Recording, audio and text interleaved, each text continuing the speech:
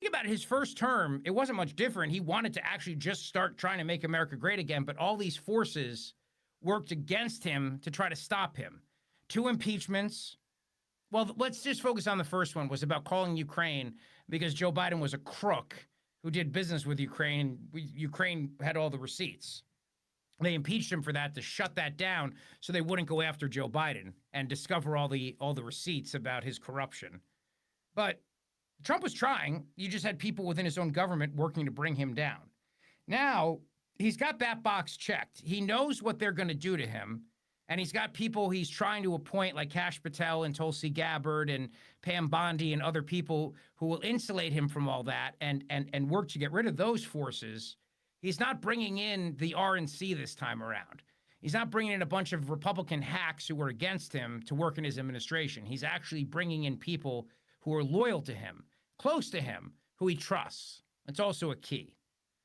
It's not very different from what he tried to do in 2017, except that the forces were so against him, and he was a rookie. He didn't know any better.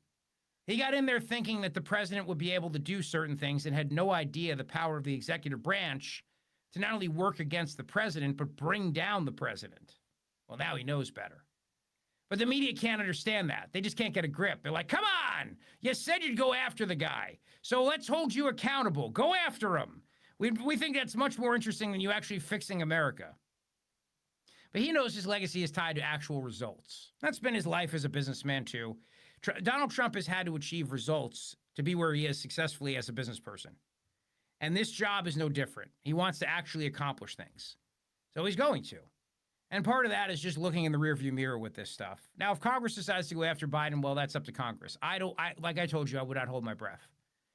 I cannot imagine Speaker Johnson. I certainly can't imagine John Thune. I can't imagine any of these people really going after Biden. That doesn't mean that Biden, they won't go after him on the state level.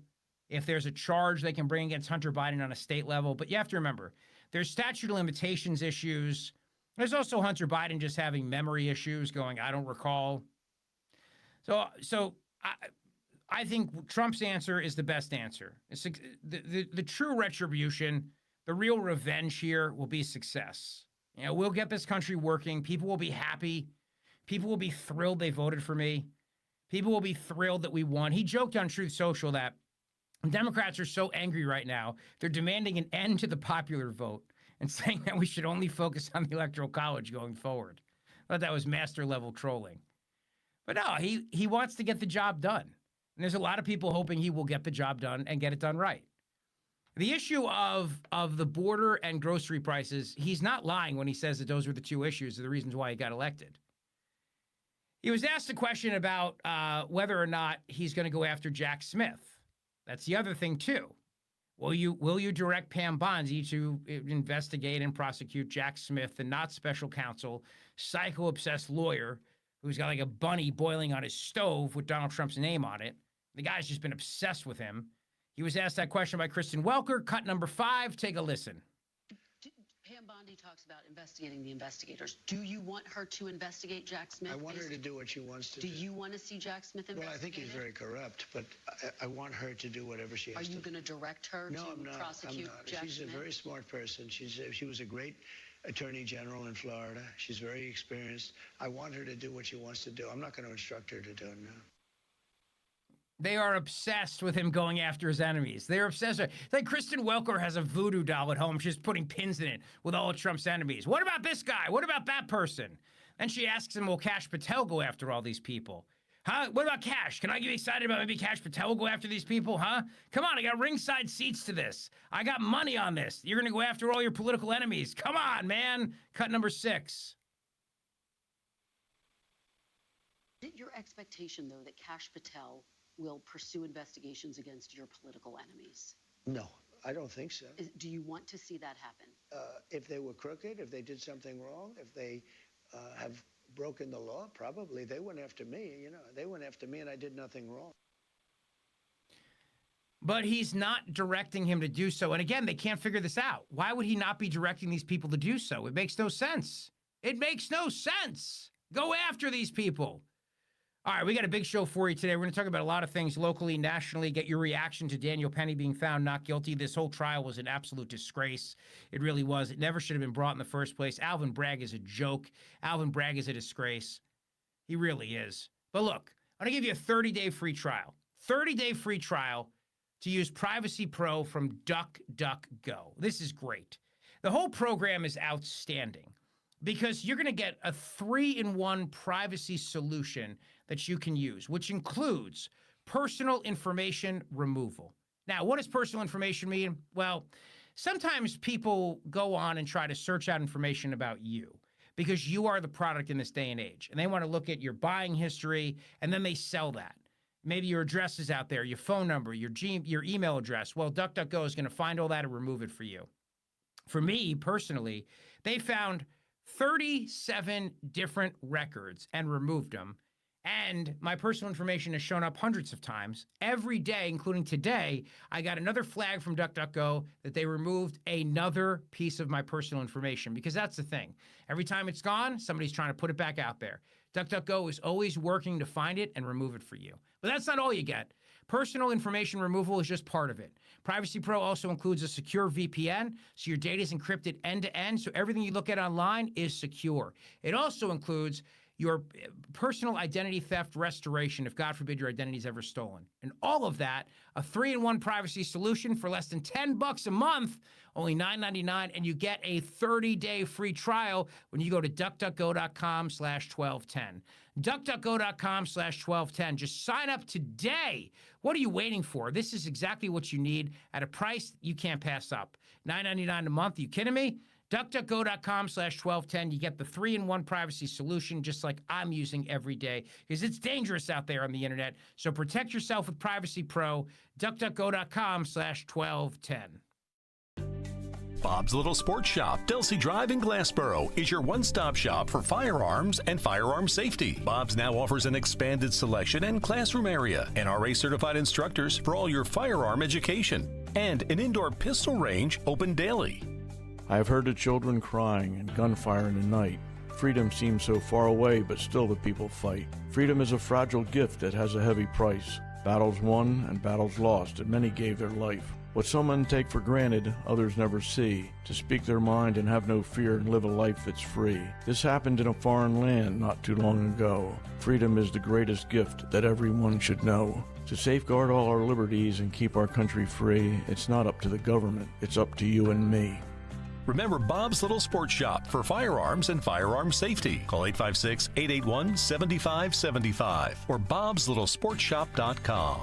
Paid for by Bob's Little Sports Shop, Glassboro, New Jersey. With so much uncertainty in the world today, you may find yourself wondering, is now even the right time to retire? And so many people are waiting, and those folks are going to be waiting a really long time, I hate to say, because there's no perfect time. The market is always unpredictable and volatile. Fortunately, Jim Cipriotti has been helping get people to, through, and beyond retirement for over 25 years. Each week, he wants to help give you that freedom to retire. Listen to Freedom to Retire with Jim Cipriotti, Saturday mornings at 9 and Sunday afternoons at 5 on Talk Radio 1210 WPHT. This is an important notice to all U.S. taxpayers. The IRS is giving away billions of dollars in tax savings through a federal program called the Fresh Start Initiative to aid delinquent taxpayers. This initiative was established for anyone facing financial hardship and unable to pay their back taxes. Qualifying and enrolling in this program will stop all collections, settle your delinquent tax problem, and even reduce what you owe by thousands of dollars. Call the hotline at People's Tax Relief to see if you qualify and get this free information by dialing 800-727-9105. If you have unfiled tax returns or cannot afford to pay your personal or business back taxes, you can now get the help you need. One simple phone call can resolve your tax problem and save you thousands of dollars. To see if you qualify and to get this important free information, call 800-727-9105. 800-727-9105. 800-727-9105. It's officially the merry season, and B101, Philly's official Christmas station, is your home for holiday music. Spinning the biggest and best festive tracks all day long, now through Christmas Day. Jingle bell, jingle bell, jingle bell rock. Get Get your holiday fix on the radio at 101.1 FM. Ask your smart speaker to play B101 Philly or listen on the go with the free Odyssey app. Looking for that unique gift or hard-to-find collectible? Look no further than Nicholas Smith Trains and Toys. Nicholas Smith has over 60,000 items for you to shop at both nicholassmithtrains.com and nicholassmithtoys.com. But come into the store on Westchester Pike Broomall and get lost in old and new technology. Pretend play, RC and slot cars, Western play, Madame Alexander dolls, mechanical robots, superhero action figures, Playmobil, Lego, Disney, and much, much more. Right off the Blue Route, visit Nicholas Smith Trains and Toys this holiday or any day. 'Tis the season for Tasty Cake. That chill in the air means it's time to snag those limited edition Tasty Cake treats. Enjoy your favorite holiday flavors like frostbite donuts and salted caramel cheesecake pies. Or warm up the family with some hot chocolate and mint chocolate candy cakes. Hurry over to your local store right now to stock up on the best flavors of the season, because the holidays aren't complete without your favorite Tasty Cake treats. Grab these treats before the season ends and make today tasty with Tasty Cake, except no substitutes. Power up the holiday and give a gift from the top of their wish list. Visit your local Steel dealer today or shop online at steelusa.com. Rich Zeoil from the Cherry Hill Volvo Studios, where relationships matter, on Talk Radio 1210 WPHT and the free Odyssey app.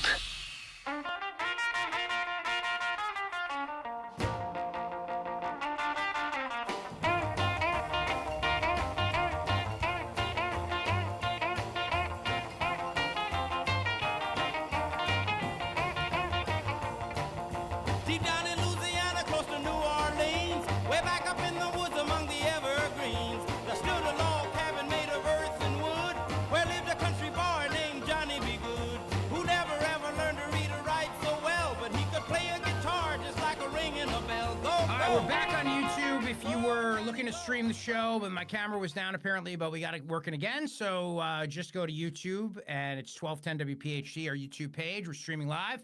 So like it, subscribe, and we're showing all the clips as well. And we have a guest coming up later who will also be on the YouTube stream with us.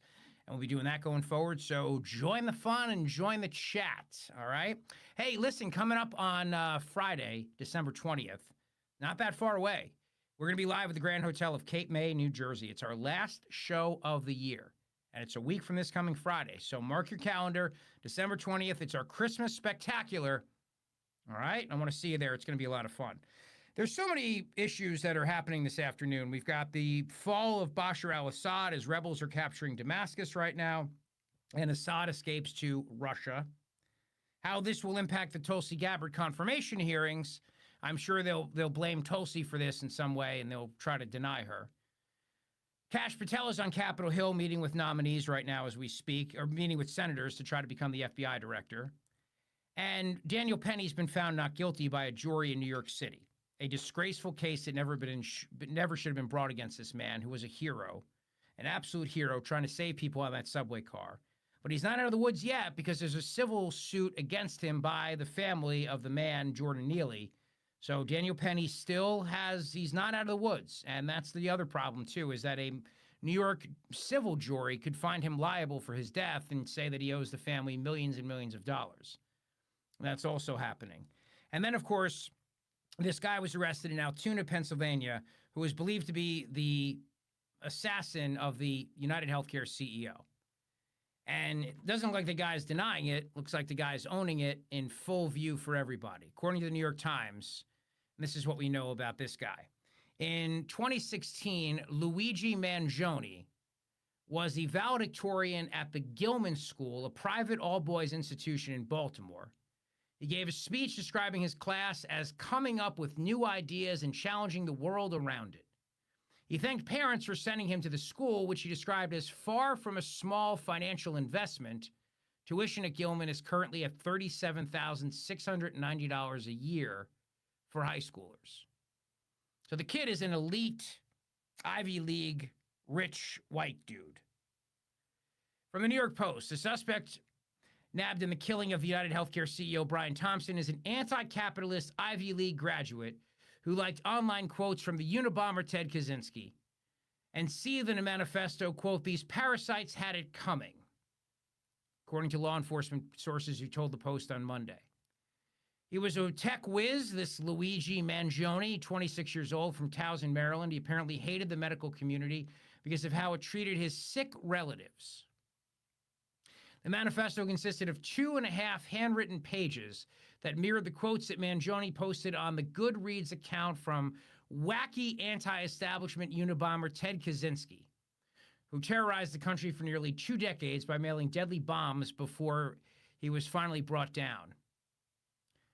And he imagined a society that subjects people to conditions that make them terribly unhappy, that gives them the drugs that take away their unhappiness. Mangione also subscribed to anti-capitalist and climate change causes. Shocking. So he's a certified left-wing socialist kook, according to law enforcement. He completed a bachelor's degree and a Master of Sciences Engineering, Computer and Information Science at the University of Pennsylvania. Here's a clip of the New York City Police Commissioner talking about his arrest a short time ago. This is breaking news here on the show for you. Take a listen. Earlier this morning in Altoona, Pennsylvania, members of the Altoona Police Department arrested Luigi Mangione, a 26-year-old male, on firearms charges. At this time, he is believed to be our person of interest in the brazen targeted murder of Brian Thompson, CEO of United Healthcare, last Wednesday in Midtown Manhattan. The suspect was in a McDonald's and was recognized by an employee who then called local police. Responding officers questioned the suspect, who was acting suspiciously and was carrying multiple fraudulent IDs as well as a U.S. passport. Upon further investigation, officers recovered a firearm on his person as well as a suppressor, both consistent with the weapon used in the murder.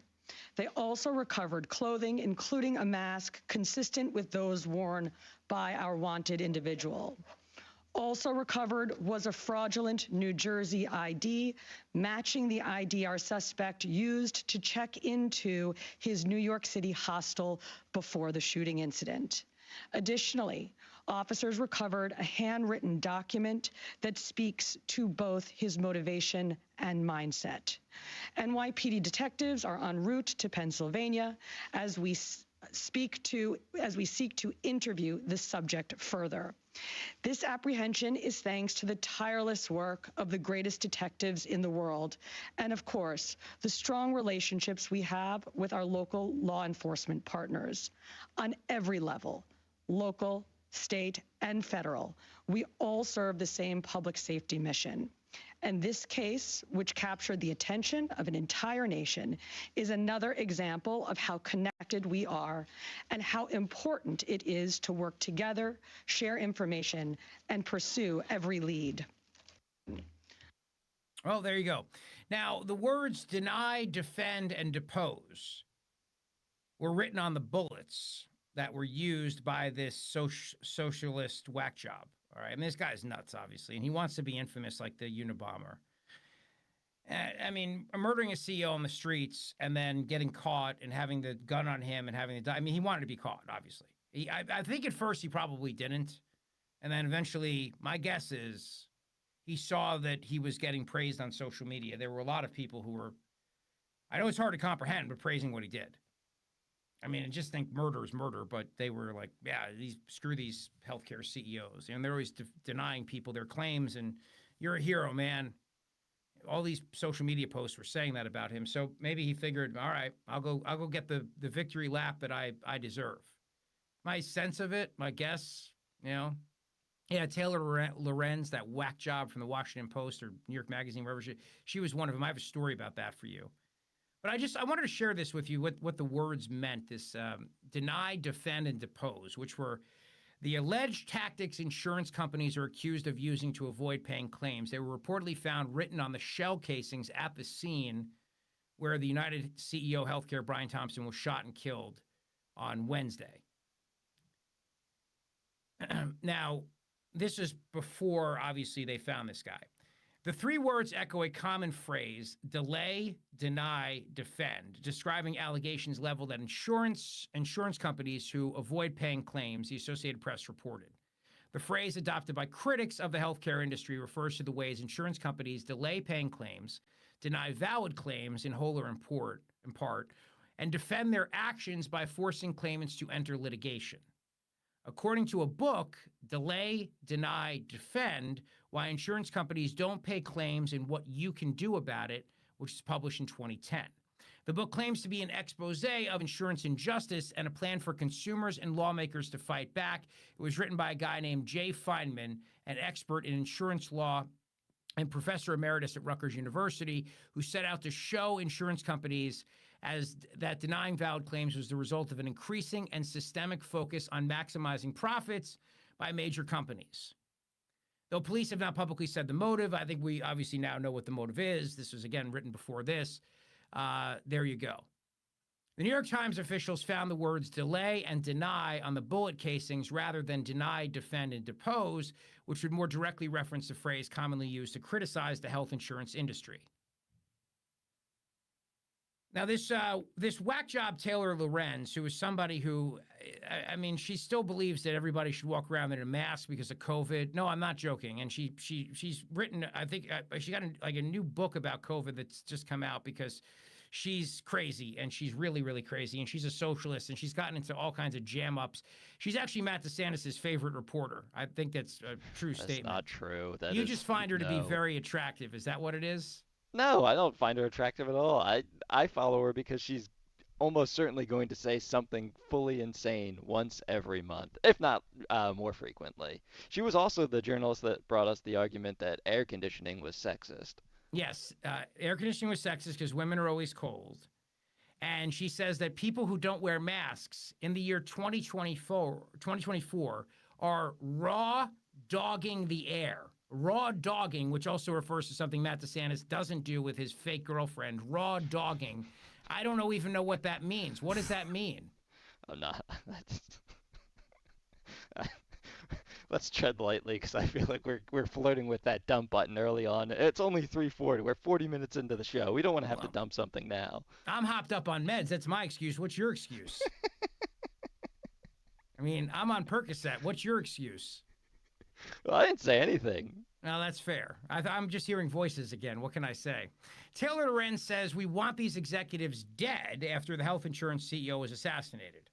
I mean, look, you can have lots of problems with the health insurance industry. The answer is not whacking CEOs on the street, obviously. We can't have a society that does that. And pointing out that there are people like this out there, it's shameful. I'm not saying we don't need health insurance reform. I'm not saying these companies don't need to look in the mirror. I'm not saying any of those things, but whacking CEOs, and you could justify the killing of CEOs for charging too much for prices. I mean, we don't murder people. As a society, we've long agreed that we just don't murder people in the streets. Sadly, there's a culture out there that applauds this, and this is one of those whack jobs that's doing that. On the social media platform Blue Sky, which is where all the lefties have ran since Elon Musk has taken over Twitter, Taylor Lorenz reposted a report about Blue Cross Blue Shield not covering anesthesia costs for the entirety of some surgeries. And people wonder why we want these executives dead, she wrote.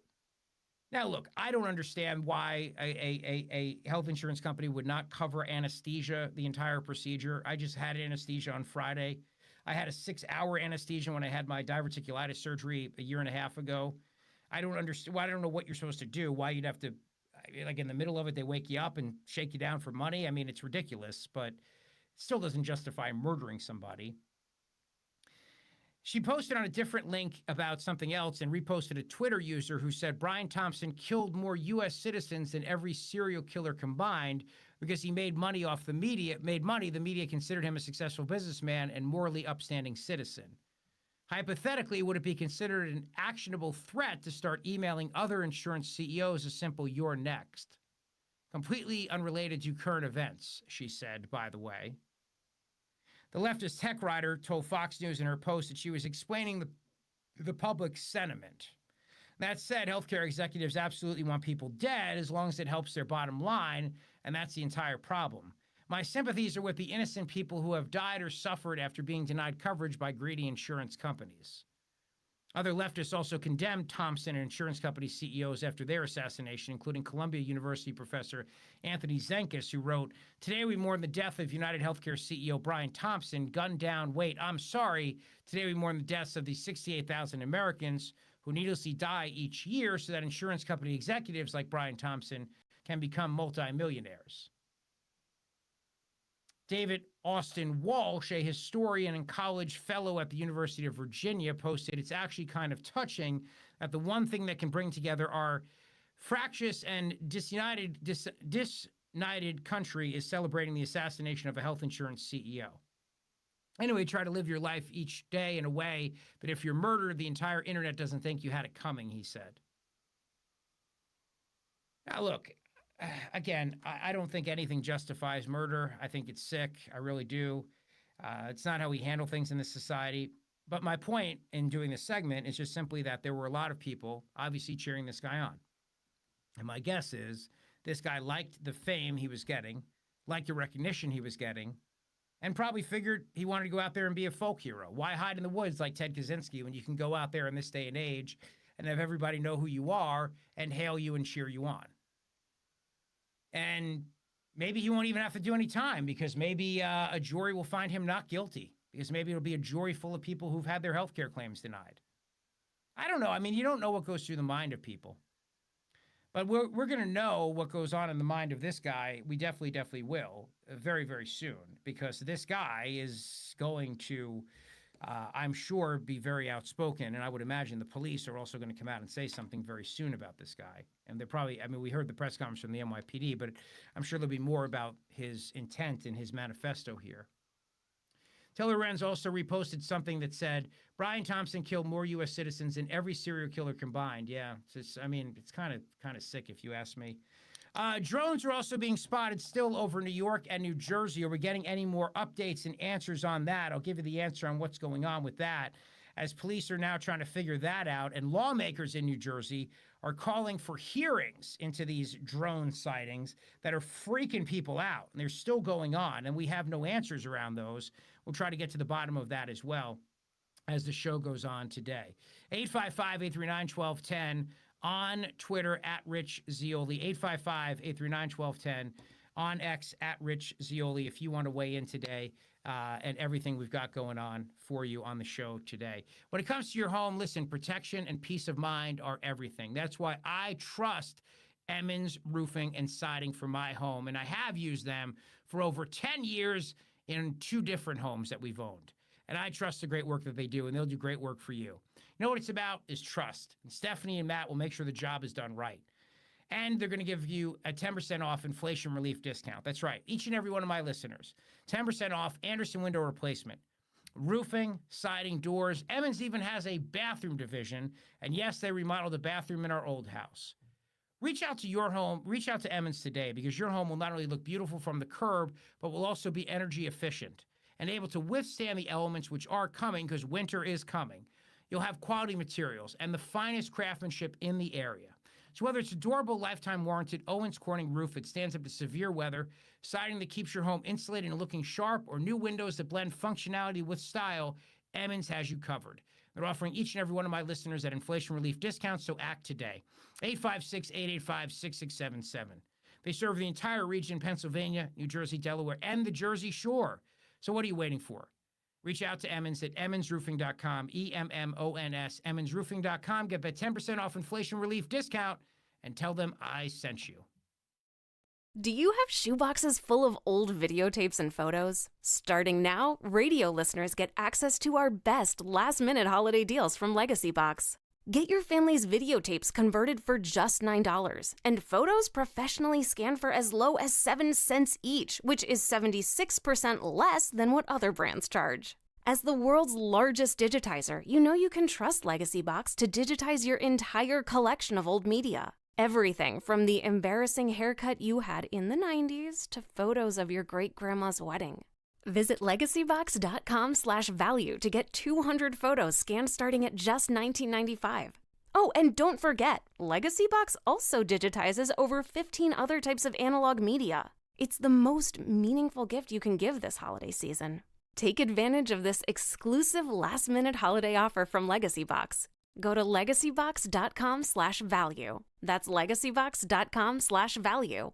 Dawn Stensland here. You may have heard I've fallen in love again with Italia. Now I know why Italy is the most revisited country in the world. Join me next spring on the Italian Riviera. Lorenzo and Romina, yes, will be back with us once again. Conservative Tours has crafted an itinerary that is sure to enchant us. Tuscany, the Riviera, the Northern Italian Lakes region, Cinque Terre, and dining events you'll write home about. $53.78. Yes, that includes your airfare. He's Michelangelo's Florence and the fashion capital of Milan. Call toll-free 888-733-9494 or go to conservativetours.com. Luxury hotels, a Mercedes coach, and a tour leader who is absolutely the best. That is Conservative Tours in Italy. A+ rating with the Better Business Bureau. Charming Siena, home to Il Palio, the medieval Manhattan, San Gimignano, Modena, Lake Como, Vernazza. Join me next spring in Italy. I'll see you in Portofino.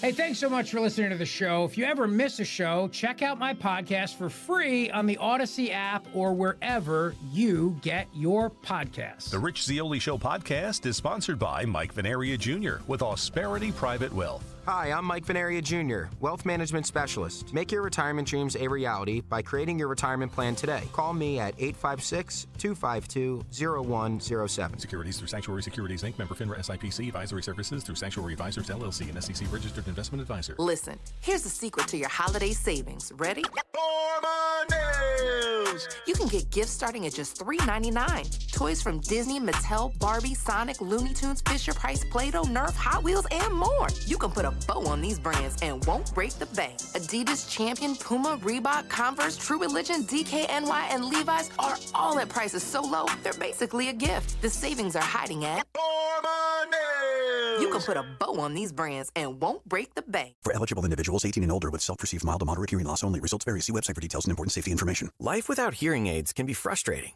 Andy, did you hear what she just said? No, I'm sorry. What did I miss? I said I got the promotion, Dad.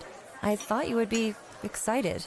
You're missing out on the important moments of your life because you just can't hear them. It's time to try the Jabra Enhanced Select 500, our smallest, most advanced hearing aid. With proprietary speech clarity technology, even the most complex listening situations like a noisy restaurant are crisp and clear. And you can get the same advanced hearing aid technology and professional care you expect from a clinic at a fraction of the cost. Get Jabra Enhance over-the-counter hearing aids and stop missing the important moments. Save $300 on Enhanced Select 500 hearing aids automatically at checkout. Just go to JabraEnhance.com/radio. That's JABRA Enhance.com/radio. JabraEnhance.com/radio. Be sure to follow Talk Radio 1210 WPHT on the free Odyssey app. Download it now. Walking through a party in the county jail. The prison band was there, they began to wail. The band was jumping and the joint began to swing. You should have heard this knocked out jailbird sing. Let it rock. Everybody let it rock. Everybody in the whole cell block was dancing to the jailhouse rock. Spider Murphy played his tenor saxophone. Little Joe was blowing on the slide trombone. The drummer boy from Illinois would crash, boom, bang. The whole rhythm section was a purple gang. Let's rock. Everybody, let's rock. Everybody in the whole cell block was dancing to the jailhouse rock. Number 47 said to number 3, you the cutest jailbird I ever did see. I got a lot to chat about, and we have more news coming in around what's going on Capitol Hill today. And, of course, the person of interest arrested at McDonald's in Pennsylvania who clearly did it and clearly hated corporate America and clearly hated the CEO and wanted to be infamous and is a rich, Ivy League educated socialist. Shocking, right? Shocking that a rich, Ivy League educated socialist would gun somebody down in cold blood on the streets. I know. Just as shocked as you. I was expecting it to be MAGA. And that's something, right? It's always seems to be the Antifa types that wind up actually committing the violence in this country, even though we keep hearing about things. Alvin Bragg, the disgraced district attorney, is defending himself and his office in the case about Daniel Penny. Now, Daniel Penny and this is what he said. He said, their jury lengthy deliberation and the totality of the facts and the evidence underscored why this case was necessary to bring against Mr. Penny. No, it wasn't. Daniel Penny is a hero. Daniel Penny defended people on that subway car. Jordan Neely was cracked out of his mind, and he was going to hurt somebody that day. And Daniel Penny did not intend to kill him. There was no intent to murder this man or kill him. That's why there was no manslaughter either. He did not intend to do anything wrong. And he's a hero. And the case never should have been brought. Alvin Bragg never should have brought it. The judge in this case was a disgrace. We'll talk to Andy McCarthy about that as the show goes on today. But look, it's also a message to people in this country, which is that even when people like Alvin Bragg are against you, good people know the truth. Unfortunately, though, for Daniel Penny, as I've been saying, it's not over. He still has to deal with the civil suit against him by the family of Jordan Neely. And they were all yelling in court today, and they're going to try to get paid, if you know what I mean. They're going to try to make sure that they cash in. That's what they're going to try to do. But it makes you wonder, if you're in that spot, would you yourself do what Daniel Penny did, knowing that they could still come after you, knowing that they could come after you in that way? And Alvin Bragg went after Donald Trump. It's the same prosecutor that went after Donald Trump. Went after Donald Trump by taking something that was a misdemeanor, and this guy had he had taken felony cases in New York, dropped them down to misdemeanors, took a misdemeanor case against Donald Trump and found a way to elevate it to a felony, and went after Donald Trump. Alvin Bragg is one of the absolute worst district attorneys, if not the worst in the country. I mean, it's a tie between him and Larry Krasner. The only reason I say Bragg is worse is because Bragg actually went after Donald Trump, although I'm sure that if Larry Krasner could have found a way to charge Trump in Philadelphia, he would have. If he could have found a way, and make no mistake, Larry Krasner would have absolutely charged Donald Trump with a crime. Oh, he was just wishing he could have found a way to go after Trump. You know that. I know that too. But it's just outrageous. Let me go to Sharon. She's in Plymouth Meeting, Pennsylvania. Sharon, how are you today? Good, thank you. I would love your show. Just love it. Thank you. But I have to tell you, I come from a large background of managed care. I was one of the team that started the Philadelphia Health Plan, which was probably one of the first, if not the first, managed care companies in Philadelphia. And I had the honor of then going years later to Freedom Healthcare, which was a physician-run, not a company, not an insurance company, but physician-run HMO. And all I got 90% of the time was compliments. 10% complaints. We have rules and we have regulations. We made life very easy for many families that were middle income, that had 3 or 4 children, that couldn't afford to take the children to the doctor, but it was a covered benefit. So you have to know your benefits. I'm not saying that we didn't make mistakes, but if you appeal it, it goes to an appeal board that is not made up of the people who made the initial claim. So we started something that made healthcare affordable for people that had families, for factory workers, especially like in the Pottstown area, which really weren't making a lot in those days. So to take and say that they're all bad is terrible. Do I know of one in particular when we started Freedom that was around that denied everything, and if you appealed it, then they gave it to you? Yes, I do, and that was privately owned. I'm not saying that they aren't there, but the majority of the time the decisions are made based on what the benefit level is and what the need is. And for me to hear people say he deserved to be killed, first of all, he didn't make those decisions. The president of the company doesn't make those decisions. It's all done by medical staff. So I'm just appalled in this country of what's happening to us. We took a good thing and made it better, and now, it may be not better. But you know what you're getting into. You get told what's your benefits. You get told what we don't cover. You get a book. You can call and ask any time. But to say that because someone got denied something, it's okay to kill them, what is happening to our country? I'm almost 80 years old. We didn't have this 10 years ago. No, what's going on with our moral compass in this world? Yeah, no, I completely understand. And it's awful. And murder is never the answer, ever, ever, ever, ever. And neither is vengeance. That's what we have laws Right. for. I have to tell you something. I carry a gun. I'm almost 80 years old and I'm carrying a gun. And when I went to renew my license in Montgomery County, guess what?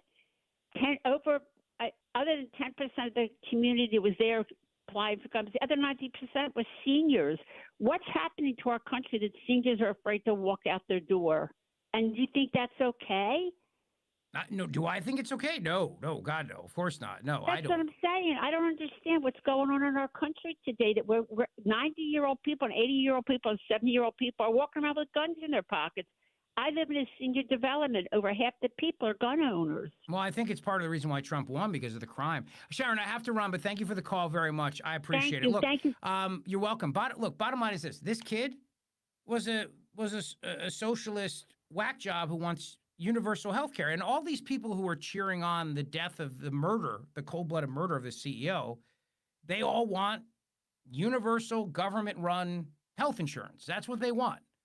And they look at these companies as evil and greedy, period. They could approve 99 out of 100 claims and not approve the one, and they'll still say the guy deserved to be murdered. That's the mindset of these people. That's the bottom line. All right, we got a big show still to come. Andy McCarthy is going to be my guest straight ahead. So quick turnaround. We'll be right back. Don't go away. Stay right there. This is a Bloomberg Money Minute. More Americans are expecting a better year ahead for their finances. The New York Federal Reserve Bank says nearly 38% of consumers foresee being somewhat or much better off. That's the highest level since early 2020. Stocks are lower today, down between 0.4% and 0.75%. This could be a pretty sweet deal if it happens. Sources tell Bloomberg Chicago-based Mondelez is exploring another bid to buy Pennsylvania-based Hershey. The potential combination would create a food giant with combined sales of almost $50 billion. A merger in the ad business is all the buzz today. Omicron Group has agreed to buy Interpublic Group, creating the world's largest advertising company. Some of the biggest media holding companies are facing pressure from artificial intelligence, which many experts believe could replace much of the creative work that ad agencies provide. I'm Nancy Lyons, Bloomberg Radio. As a business owner, you wear a lot of hats. One minute you're ordering today's inventory, and the next you're planning tomorrow's expansion. It's complicated, but your business credit card should be simple. With the Signify Business Cash Card by Wells Fargo, you earn unlimited 2% cash rewards on purchases for your business, with no caps or categories to track. Signify Business Cash, the deliberately simple business credit card. Learn more at wellsfargo.com/signify. Terms apply. Just like our offensive line protects our star quarterback, plumbers protect the health of the nation. And Philadelphia Plumbers Union Local 690 is no different. In hospitals, commercial, industrial, and residential, with the best trained plumbers in the world, you can be sure your project is done on time and on budget, no matter how big or small. So when your business needs to build new or expand existing facilities, you can count on the members of Plumbers Union Local 690. Visit plumber690.org. If you're drowning in IRS debt and can't afford to pay, then you need to take advantage of special IRS tax programs that are available and free yourself from IRS collection efforts once and for all. Due to the financial hardship consumers are facing throughout the country, the Internal Revenue Service has made it easier to settle delinquent tax problems. An open phone line has been established by Community Tax for consumers to call and see if they qualify. Take down this number or store it in your cell phone, but call the Community Tax Helpline at 800-254-4574. If you owe back taxes to the IRS and cannot afford to pay them back, or even if you have years of unfiled tax returns, there's no need to fear anymore. But you have to call the Community Tax Helpline today at 800-254-4574 for the help that you need. Don't take on the IRS alone. They can attack your wages, savings, pension, home, and even your Social Security check. Call 800-254-4574 for your free consultation and to see if you qualify. That's 800-254-4574. WPHT, HD, WOGL, HD3, Philadelphia. From the Cherry Hill Volvo Studios, where relationships matter. Always live on the free Odyssey app. The revolution will be broadcast. This is the next generation of talk. Now, on Talk Radio 1210 WPHT, Rich Zeoil. Well, they think they got the guy in an Altoona, Pennsylvania McDonald's. It seems like he's got a 3-page manifesto on him, the guy who murdered the United CEO in cold blood. Welcome back to the show. Glad you're here. 855-839-1210. On X at Rich Zeoil, and Daniel Penny found not guilty by a jury of his peers. But is the nightmare over yet for Daniel Penny in a case that, in my opinion, never ever should have been tried? Here to discuss all this with me, I'm so grateful he's making the time today, the one and only Andrew C. McCarthy, of course, National Review and Fox News, where you see him all the time. Andy, how are you today, my friend? Rich, I'm doing great. How are you? I'm doing well. I appreciate you making the time. Busy day, I know, and I know you're in high demand. So let's get right to it. Where do you want to start? Do you want to start with Daniel Penny or this suspect in the shooting in New York City? Well, they're both big cases. I think I've spent a lot of time on Penny the last week or so, and I must say I'm very relieved that the jury came to the conclusion that it came, because it didn't look on Friday. I said publicly Friday, Rich, a couple of times, I thought the way the jury was trending, that what I regarded as Alvin Bragg's cynical strategy to indict this case as basically 2 homicide counts instead of 1, so that he could ratchet up his odds of getting a conviction, coupled with the fact that one or more of the jurors seemed to be willing, in fact, insistent, since the jury seemed to be hung, insistent on convicting Penny of reckless homicide, which is second-degree manslaughter, the higher charge. I thought that in making them come back today, which I think was the wrong decision, I thought there should have been a mistrial last week, but making them come back today, I thought the chances were that the best result was going to be a hung jury. And here we are, we got back today. They took not a lot of time this morning, and they came to the right result. So however they got there, the reckless manslaughter count is gone, because Bragg dismissed it last week in a very novel maneuver to try to get them to convict this guy on something. And today, even though I wouldn't have bet on it, the jury did the right thing. Yeah, and thank God, right? Because if it had been a mistrial on Friday, they could have theoretically recharged him, right? Correct, right. Yeah. Well, retried him, yes. Right. So this is a great outcome. And on Friday, I mean, just so people understand what this judge did on Friday, can you help us understand why on Friday everybody was feeling this sense of anxiety, and clearly people are saying the judge was absolutely wrong for doing what he did on Friday. So help us understand a little bit what exactly took place. Sure. So Bragg tried this case on 2 counts. I think the case shouldn't have been brought at all. Agree. It was obvious that Penny had a justification defense, which should have been the beginning and the end of what happened here. But if you want to have a very open mind, you could say it arguably, at most, this case would be a negligence case. In other words, the idea that Penny had justification at the start of the altercation, but at some point he went further than a reasonable person would have gone under the circumstances. I'm not agreeing with that. I'm just laying out the scenario, right?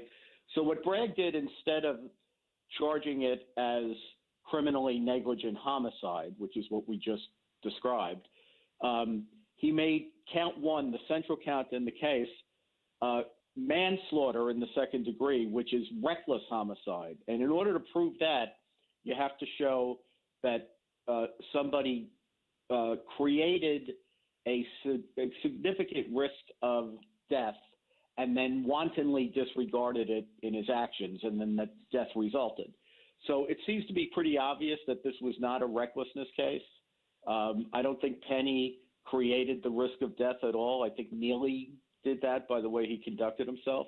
And it's obvious that Penny didn't act with maliciousness or wantonness in his actions. So I thought it was very cynical that Bragg basically brought it as 2 counts, and the idea was, let's try to get the jury whipped up on a racialized theory that because Neely was a black man, somebody has to pay for this, which they thought would be an appealing argument to at least some Manhattan progressives who were bound to be on the jury, that he could get them to want to convict him of something and then get other people on the jury who were more sympathetic to Penny to say they could feel good about convicting him on negligence if they acquitted him on recklessness. That's the game that was being played here. Gotcha. So what happened on Friday was after 4 days, 30 hours, a so-called Allen charge, which is where the judge tries to induce a divided jury to put their differences aside and come to a result. It's kind of like a strong arm type thing. After all of that, the jury said that they were hung.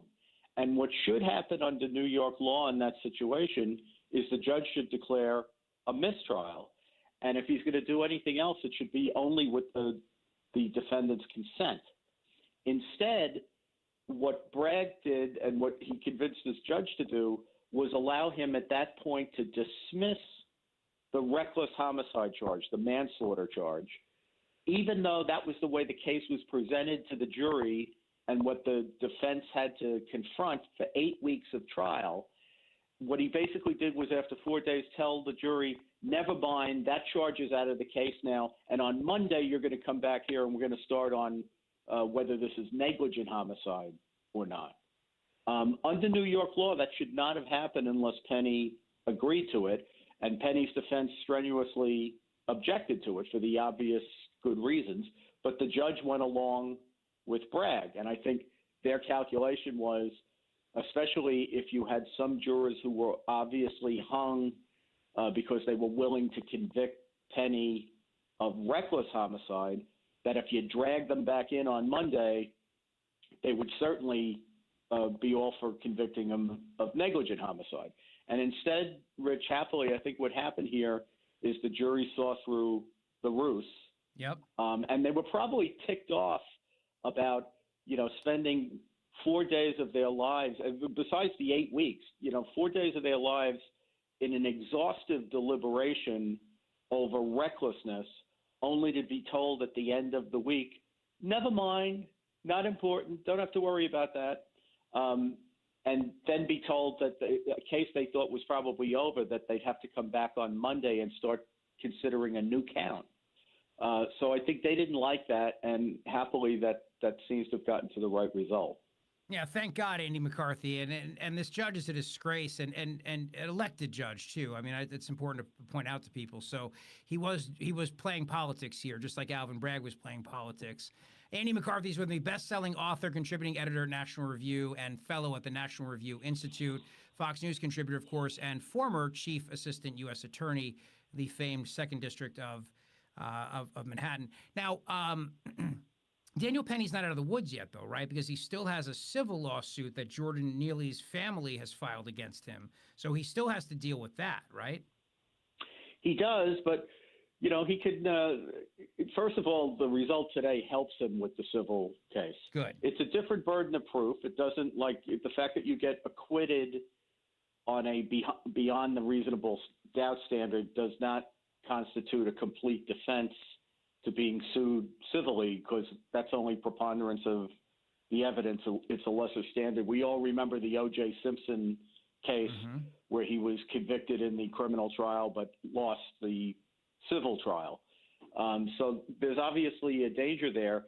But the other thing is the jury in the civil case, if they're going to proceed with this, is going to hear the whole story, and they may be able to get evidence in about Neely's background that was not, that didn't come out in the criminal trial. I don't think the jury heard in the criminal trial that when Neely was on the F train that day in, was it May of 2023, he had just gotten out of Rikers Island on a stretch he did when he punched a 67-year-old woman in the face and broke a bunch of her bones. I think that kind of background stuff about Neely didn't come into the criminal trial on the theory that, well, it couldn't have informed Daniel Penny's intent because he didn't know about it. Right. But I do think it shows that when those people say they were frightened to death on the subway that day, this wasn't some abstraction. They weren't being irrational. This was a guy who was a career criminal and really was dangerous. No question about it. And it was a disgrace that this man, Daniel Penny, ever had to go through this. And, you know, even though he's found not guilty, I mean, all these weeks of his life and the expense and the fear of thinking he could spend the rest of his life in prison. I mean, all these factors on him. It's just so unfair that he had to go through this. And, of course, I'm watching on Fox News right now as they're showing Jordan Neely's family outside the courthouse, you know, demanding justice for this. So, you know, it's not over yet. They're still trying to paint this guy as a villain, even though everybody said he was a hero that day. And this all could have been avoided had Alvin Bragg just not filed charges against him. Yeah, and I have to say, Rich, as good as I feel for Penny, who was put through hell and got not only the best result, but a result that I, frankly, as I just said, I didn't think he would get today. I thought the best he'd do was a hung jury. So I was thrilled that he stands acquitted on both counts, and the criminal system can't bother him anymore about this.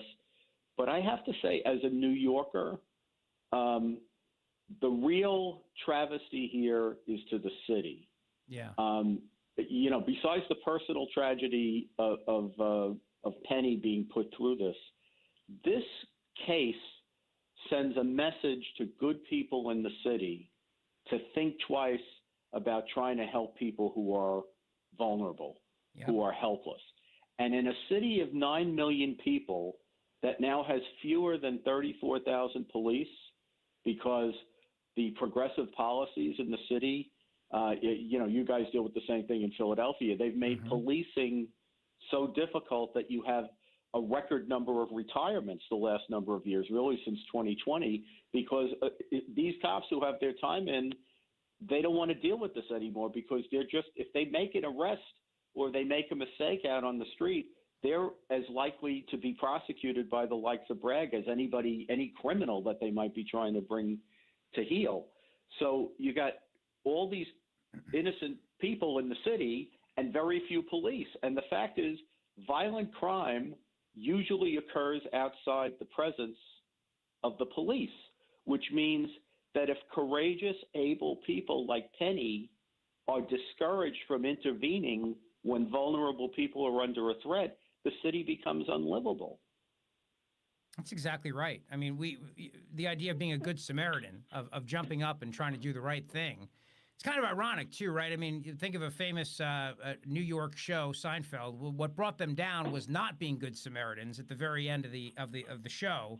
Now, in this case, who wants to be? Who wants to volunteer to put themselves in that situation? So they're going to look the other way and not want to get involved, and that means somebody could really be hurt. But I don't know how. Can I just say, Rick? Yeah. That thing that happened at the very end of Seinfeld looked more like a trial to me than what went on in New York the last 8 weeks. I mean, it's true. It's so true. I mean, it really is. This was a farce. It was absolutely a farce. And I do think it's going to make the city less safe. And let's face it, a lot of these problems happen on the subway, where you have a lot of crazy people that show up. I mean, we had a guy with a machete, right? The subway isn't of itself a dangerous place. I know people in Philadelphia that won't ride the subway in the city for that very, very reason. Yeah, I would be remiss if I didn't point out that, like, for all the talk about surging crime, and I talk about it all the time myself, you know, you have to get a little bit of a grip here. When I was in New York in 1991, when I was still a prosecutor at the Justice Department, we had close to 2,500 homicides. Now we think it's a terrible year if we get over 400. So I don't want to suggest that, you know, we're right back to the bad old days that we had in the city, because, you know, we've done a significant job driving down crime, and especially violent crime, in the 30 years between, you know, the early 90s and the mid 2010s, say, that quarter century. But I will say this, I think there's a lot more untreated mental illness and drug-induced disturbed people on the street than there were in the bad old days of the 70s, 80s, and 90s when crime was higher. Back in those days, I think a lot of the crime was what you would, it was motivated by economic circumstances or it was gang crime. And I'm not saying that that crime doesn't exist. It still does. But it seems to me that there's an awful lot more mental illness-driven crime than there. And the streets feel unsafe because things seem like they're more unpredictable and contingent than they used to be. It used to be that you would know the places to stay out of in New York, just like you know the places to stay out of in Philadelphia. Now there's kind of a randomness to violence that's really unpredictable and disturbing, and I think it's got a lot to do with mental illness. I could talk to you all day about this, but I would be remiss if I did not bring up two pieces you wrote at National Review recently that really caught my attention, and I have to mention both of them. One is an article you wrote at the end of last week. Democrats can thank themselves for the preemptive pardon histrionics. And then this piece, which Andy McCarthy wrote just recently, the pardon power, don't mend it, end it. Oh my gosh, you're calling for the end of the presidential pardon? Andy McCarthy, what's going on here? Well, I've been calling for that for a number of years, and I think it's because our modern society, and now I'm a constitutional originalist. What I'm saying is you don't just you can't abracadabra it. You would have to do a constitutional amendment to repeal it. But what I'm saying is that the underlying assumptions that supported the pardon power at the beginning of the Republic, and especially Hamilton's argument in Federalist 74, I think it was, that it's good to have the pardon power because in seasons of rebellion or insurrection, a well-timed pardon by the president can lead to national healing. So, for example, Washington pardoned people after the Whiskey Rebellion. By the way, to Hamilton's chagrin, he wasn't happy about that. But Lincoln did it during the Civil War. Johnson did it right after the Civil War. Truman did it after World War II with conscientious objectors. Carter did it with the draft dodgers in Vietnam era. Those kinds of pardons happen, and maybe there's still, there's still something to be said for that. The idea of, Ford's idea in pardoning Nixon was also with an eye toward national healing. I'm not against that, but what I'm saying is that the criminal justice system that we have today is night and day, is so different from what we had at the founding that it would be unimaginable. We now have multiple layers of review to address injustices in investigations, in sentencing, in trials. It's very rare that an error that really causes some profound injustice doesn't get corrected somewhere along the line in the system. Congress has given the executive branch, as we saw during COVID, a lot of legal bases to allow people to get out of prison without serving their full sentences on humanitarian grounds. There's all kinds of relief that we have here, and there's no situation where it's going to be so exigent that if the president doesn't act immediately, injustice won't be corrected. So it seems to me if there's some consensus that somebody's gotten a raw deal from the justice system, the president can propose legislation, and if it's a well-supported thing, Congress can legislate a pardon. But there's no reason to give the president this unilateral power. And nowadays, when it gets used, it's much more commonly than.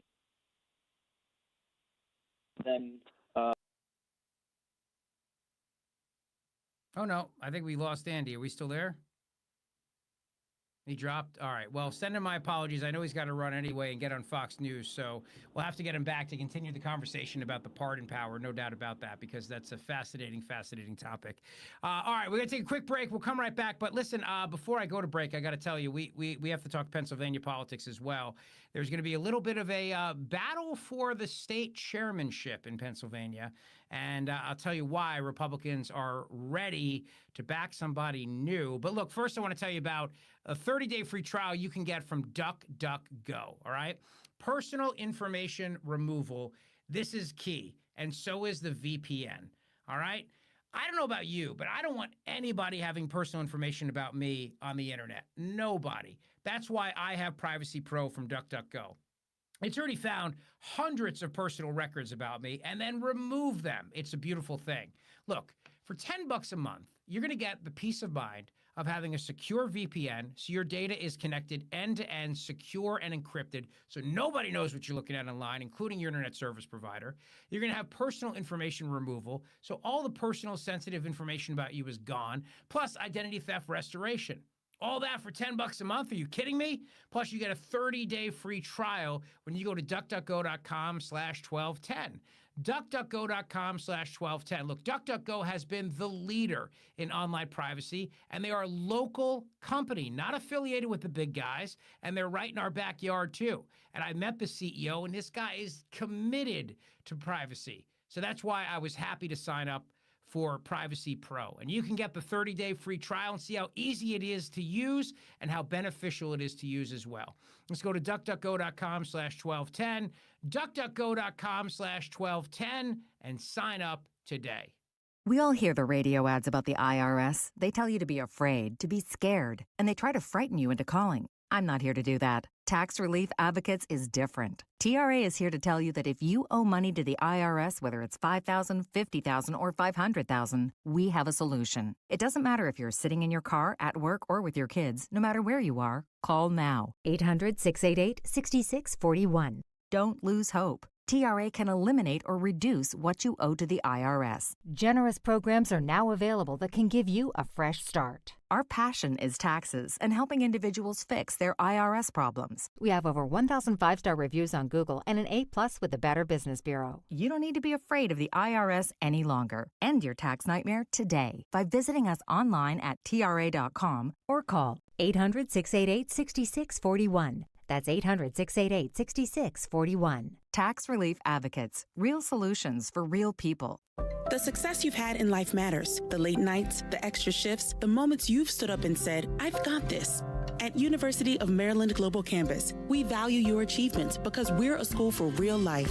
With UMGC, you can earn up to 90 credits toward a bachelor's for prior learning and life and work experience, or transfer up to 12 credits toward a master's. We offer scholarships, affordable tuition, and online and hybrid classes, all with the support you need from your first day to graduation day and beyond. As an accredited state university, we've been transforming lives for over 75 years. Choose from more than 135 undergraduate and graduate degrees and certificates, and get ready to succeed again. University of Maryland Global Campus keeps your educational goals attainable with no-cost digital materials, replacing textbooks in most courses, affordable tuition, and over $15 million in scholarship opportunities available each year. Find out if you qualify. Learn more at umgc.edu. That's umgc.edu. Certified to operate in Virginia by Chev.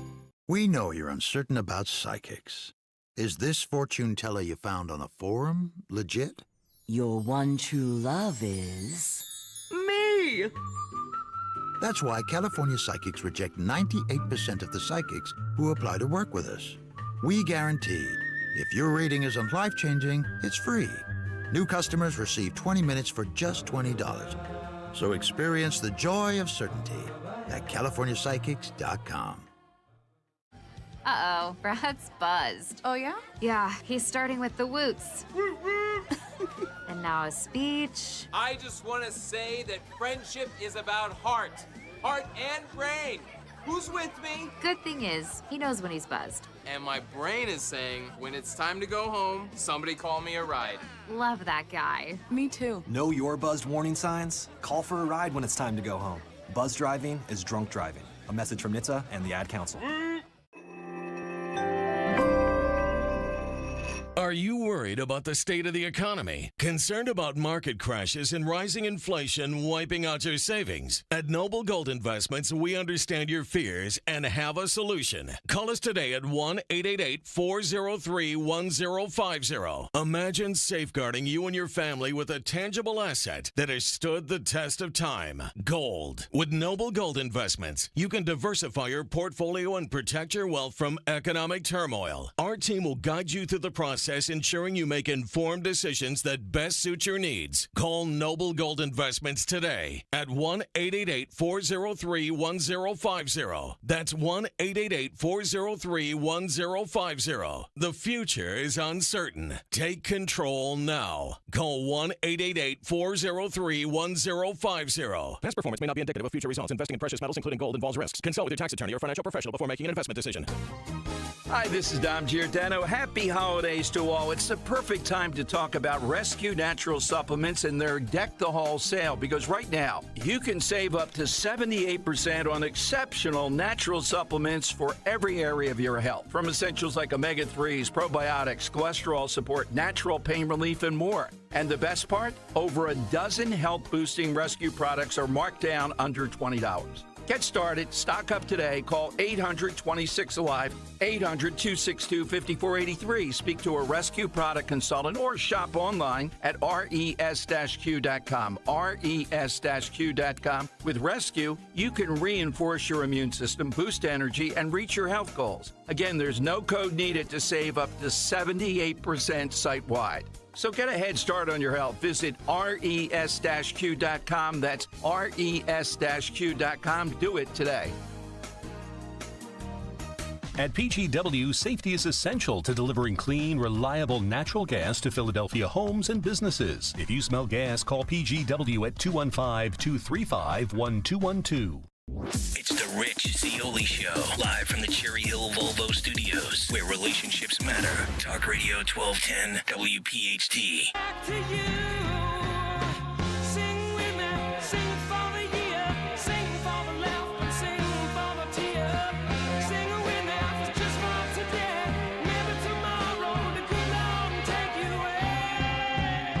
All right, so everybody knows all eyes were on Pennsylvania in this last election for the presidency, for U.S. Senate, for all of it.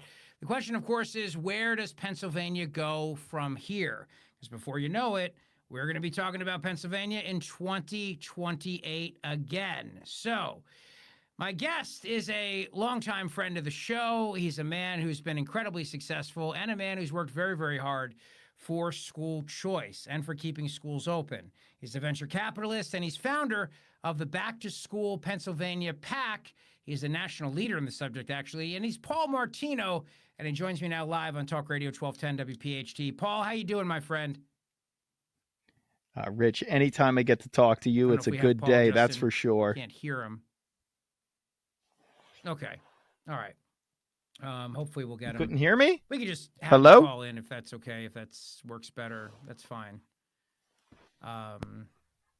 Sorry, it's kind of awkward when you have dead silence here, but see, we got Paul. We got Paul. We got him. Hello. What do we Hello. think? Want to try again? All right, tell you what. Let's do this. Let's take a very quick break. We'll come right back. I'll tell you about the big story of the day, brought to you by our buddy Dr. Mike Venaria, Venaria Dental, VANARIA, VanariaDental.com. Go see him today for your perfect smile. Dr. Mike Venaria. We'll take a very quick break. We'll come right back with Paul Martino. Don't go away. Honey, bags are packed and in the trunk. Is the car good to drive to Mother's holiday dinner? Yes, dear. Car's good. We have Ox Car Care for their extended car service plan. Ox covers our repair bills if anything happens. We have no worries if any problems come up on our holiday travels. Ox Car Care has our back. I remember. Ox has flexible coverage plans that can protect issues with engine, transmission, brake systems, and so much more. Yep, we don't pay. Ox pays. Ox gets it fixed for us. Joe at the auto shop says Ox Car Care pays them directly, and there's no complicated paperwork. Ox is A+ rated, with already millions of dollars paid out in claims. Right. They handled our claim from start to finish, unlike those other companies. Good call. The last thing we need is an unexpected car repair bill this holiday. The only thing now is, which pie is Aunt Martha making? Drive with absolute peace of mind this holiday season. Call Ox Car Care for your free quote. 800-458-0279. Don't get stuck with a major car repair bill. Call Ox today. 800-458-0279. 800-458-0279. Or oxcarcare.com. KitchenMagic.com. Hey, Dawn here. When it comes to your home, trust is everything. For 45 years, Kitchen Magic has built a reputation for transforming kitchens with precision and care. From custom cabinets to countertops, backsplashes, in just a few days, your dream kitchen becomes a reality without all the hassle. Trust the name your neighbors have relied on for decades. Kitchen Magic. Give me 1 second. I'm going to get my other headset to connect to my phone. KitchenMagic.com. Let's cook up something extraordinary. Tell Dawn sent you. It's a great month to get a luxurious new Volvo from Cherry Hill Volvo. You'll be thankful because there's so many fabulous offers to take advantage of. Lease an all-wheel drive XC90 for as low as $687 per month using all applicable rebates. Costco members save even more, up to $2,000 in additional rebates. See store for details. Customers enjoy the stress-free and satisfactory experience Cherry Hill Volvo provides. Cherry Hill Volvo, where relationships really do matter.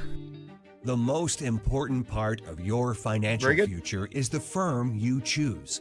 You see, all financial firms are not the same. Traditional firms that sell securities can't guarantee income and are vulnerable to bankruptcies, market losses, capital gains taxes, and ongoing fees.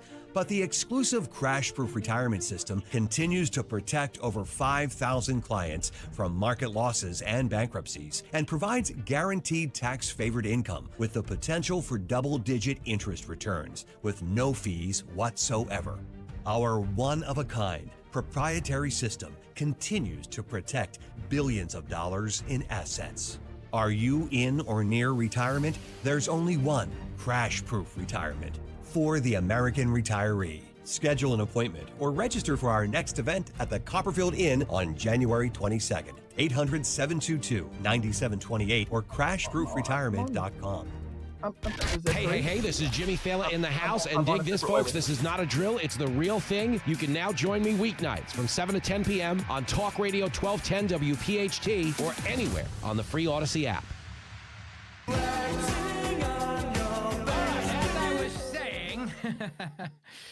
Pennsylvania politics are all the rage right now, and my buddy Paul Martino joins us now live. He is a venture capitalist and the guy who fought to get kids back in school. Paul, my friend, it's great to see you again. Thanks for joining me here in Philadelphia. I appreciate it.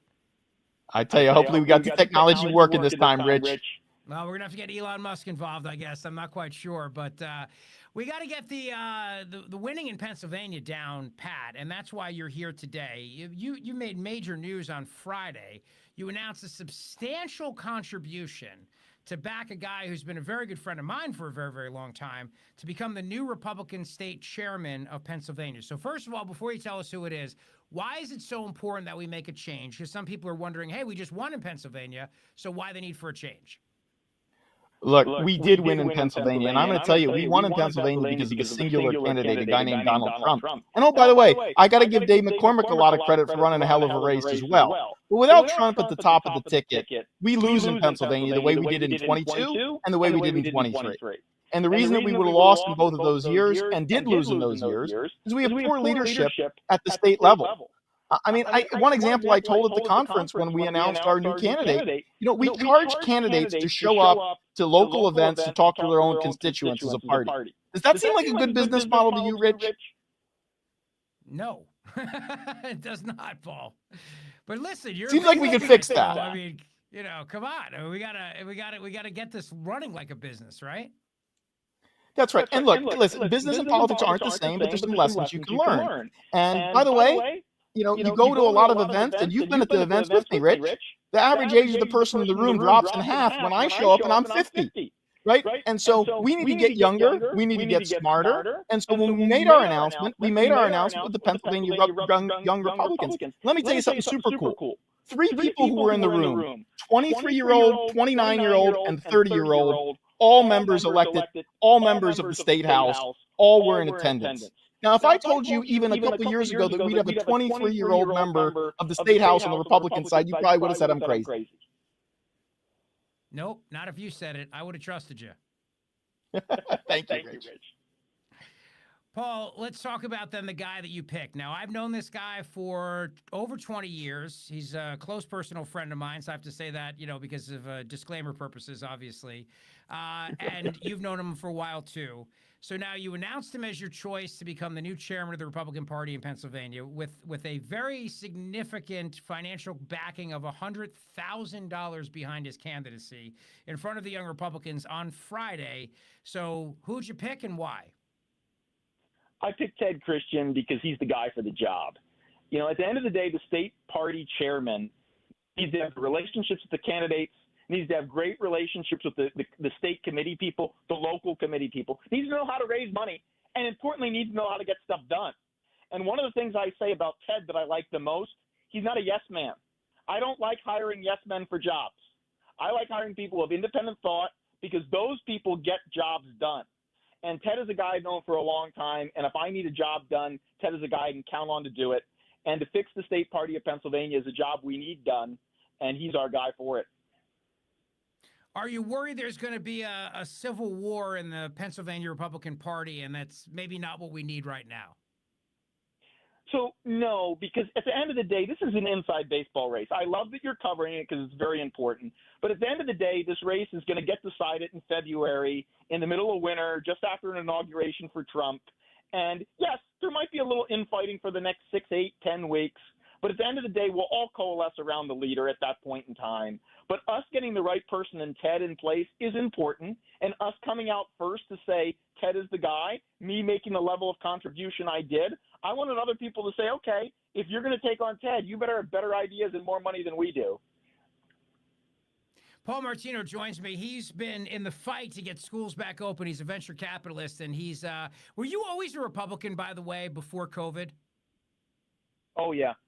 I was definitely I was a lifelong Republican. And by the way, I come from a family that grew up. My dad is from Delco. My mom is from Pottstown.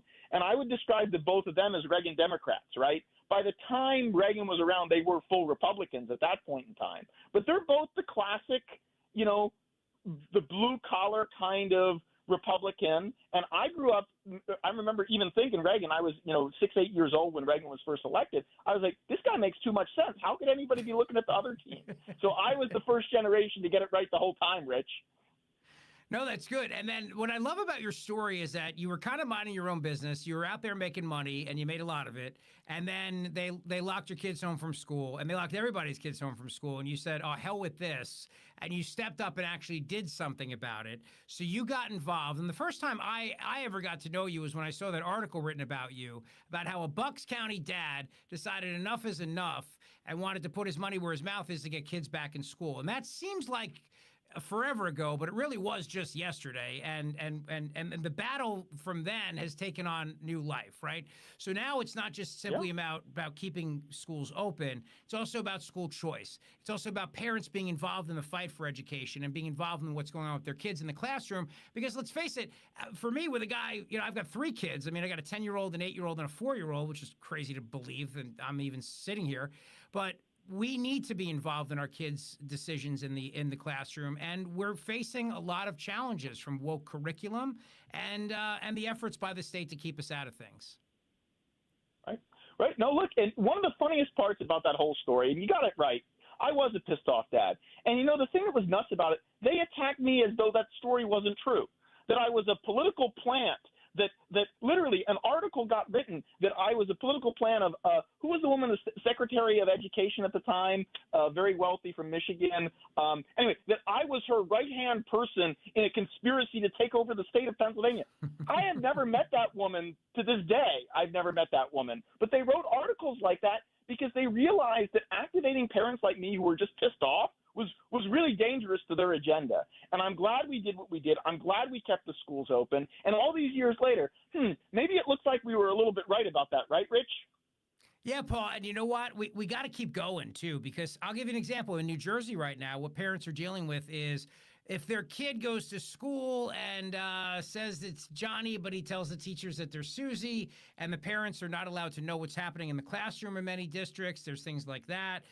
Governor Phil Murphy, he's trying to go out there with this now, his anti-book ban nonsense, which is all BS. It's really about making sure they have very woke books in the classroom that parents don't want and are not familiar with it. And then, of course, it's other edicts and dictates, and we don't know what's around the corner in terms of if they decide decide to shut things down. One of the great lessons we all learned in COVID was it wasn't based on science. It was based on politics between the teachers union and the CDC. There was nothing about science involved whatsoever, Paul Martino. And whenever the science was inconveniently at odds with the policy, then they ignored it. It's great, though. But they call us the deniers or the skeptics. Right. They seem to have a unique way to ignore the stuff that doesn't fit their narrative, though. They're really good at that, Rich. So Ted Christian is a great guy, and like I said, I've been friends with him for a long time. So I was very excited to hear that you were going to back Ted. And yes, it is insider baseball, and the people that will get to vote for this are the party officials in Pennsylvania. But the reason why I wanted to cover this story today is because one thing I think we all realized in this last election, constantly everybody was talking about Pennsylvania, the must-win state. And it was great for me because I was in Fox News all the time talking about it, and it was great for the show. It was great promotion. I loved it. I mean, bring it on. But we also have to realize that we have a chance here. We're at a crossroads. PA could become a solid red state if we play our cards right here. Yeah, look, listen, I sat out this election largely because I was working on this project with Ted. This inside baseball race is a different kind of race. I spent the summer working on this. A lot of people called me up for interviews. Martino, where are you in 24? Who'd you donate to? I said, look, guys, I'm working on something. But one of the last interviews I gave was in the spring of 24, and I said, look, guys, let's not overstate our case. In my opinion, after 22 and 23, Pennsylvania is currently a blue state. It is not a purple state right now. It is a blue state right now. And Trump has, in my opinion, made Pennsylvania back to purple. But turning it red is what leadership is going to require, and that's why we need a guy like Ted, because we're now back to purple, in my opinion. We didn't become red, and I think the people who are saying we became red in November are overstating the case. Interesting. All right, so you're a guy who's been incredibly successful. You're a billionaire. Let's just throw it out there. Why do you give that analysis? Because most people say the opposite. They say, "Look, we're red now. We can become the new Florida." Scott Pressler says that all the time, for example. Okay, Rich, I'll put it to you back like this. Who are we going to run against Shapiro, and do you think that person's going to win in a landslide? I mean, really, think it through. We have a blue Supreme Court. We have a reasonably popular blue governor who was on the national stage even though he wasn't picked. So I'm not exactly sure how that leads to we're in a red state and it's going to be a landslide and it's all gumdrops and rainbows from here on. I think it can be a red state. I think we're at the precipice of that. I think a couple Trump policies that benefit Pennsylvania could get us there. Let's make no mistake. And I think what we did at the local level with school boards, et cetera, demonstrate it can be a red state. But if people are going to look at one election 6 weeks ago and go, it's red, I'm sorry. Those aren't people I hired to go run the party. Look, it's a fair point that you make, right? I mean, we still have a very popular blue governor who, thank God, was not picked to be the vice presidential candidate for Kamala Harris. I'm not so sure it would have made a difference in Pennsylvania, but you never know what you don't know, so it could have. And I'm sure, like a lot of people, I breathed a sigh of relief when Josh Shapiro was not picked for that ticket, thank God. But you're right. Look, we have a blue Supreme Court. One of our senators is still a Democrat, even though he sounds a lot more like a Republican these days than he used to.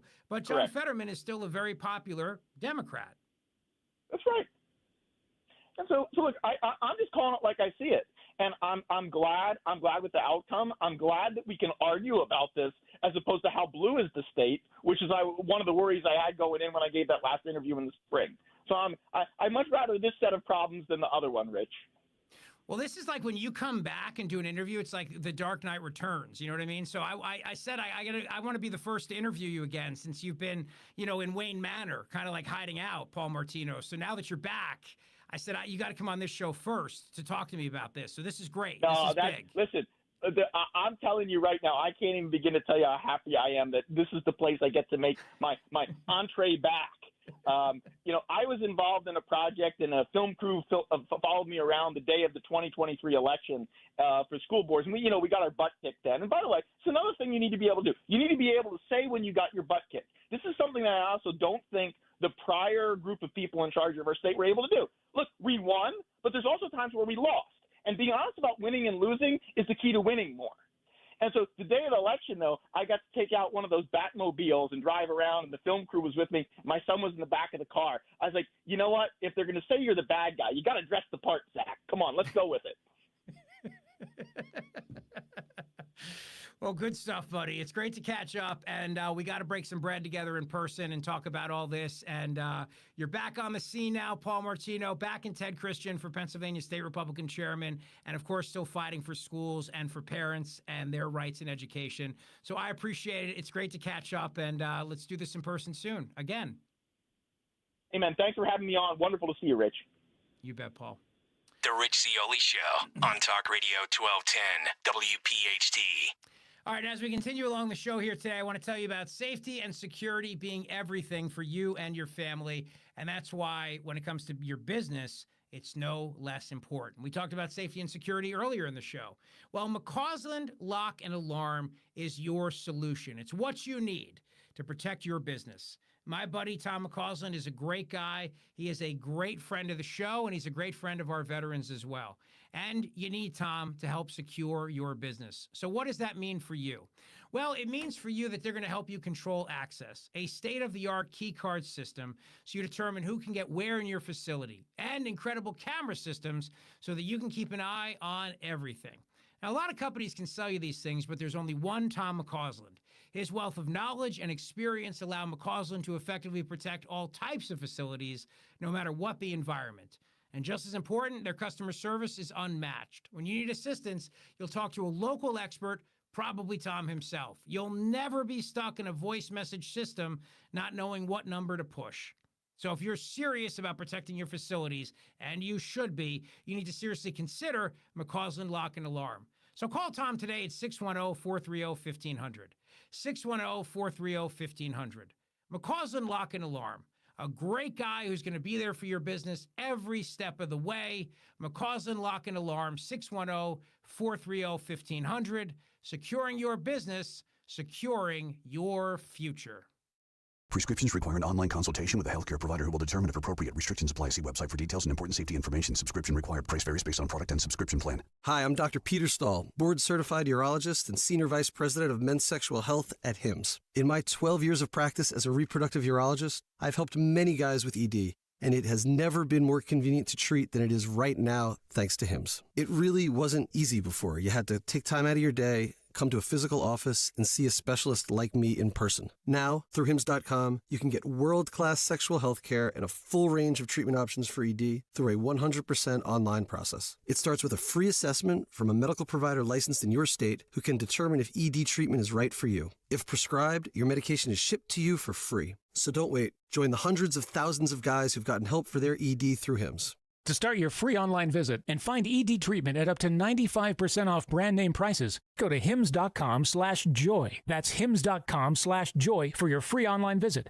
Hi, this is Dom Giordano. Tackle the NFL action on FanDuel in partnership with Valley Forge Casino, America's #1 sports book, because right now, new customers can get $150 in bonus bets if you win. The FanDuel Sportsbook app gives you everything you need to place live bets on the NFL all in one place. So when you get a hunch in the middle of the game, you can check out the latest stats, view play-by-play, and so much more on the same page where you place your bets. Just visit FanDuel.com/Dom. You'll get started with $150 in bonus bets if you win your first $5 bet. That's FanDuel.com/Dom. Never waste a hunch. Make every moment more with FanDuel, an official sportsbook partner of the NFL. FanDuel Sportsbook is the official partner of 1210 WPHT. You have to be 21 plus and present in Pennsylvania. First online real money wager only. $5 first deposit required. Bonus issued as non-withdrawable bonus bets, which expire 7 days after receipt. Restrictions apply. See terms at sportsbook.fanduel.com. Gambling problem? 1-800-GAMBLER. Free speech lives here with Kale and Company weekday mornings on Odyssey's #1 talk station, 1210 WPHT.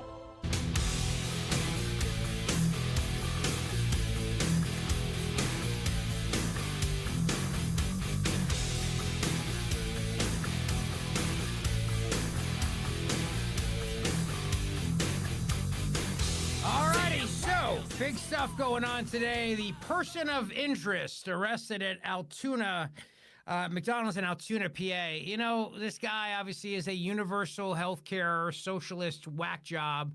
That's very obvious. I think we all know that. And that's why these people are crazy. You know, these people are nuts. They really are. They're nuts.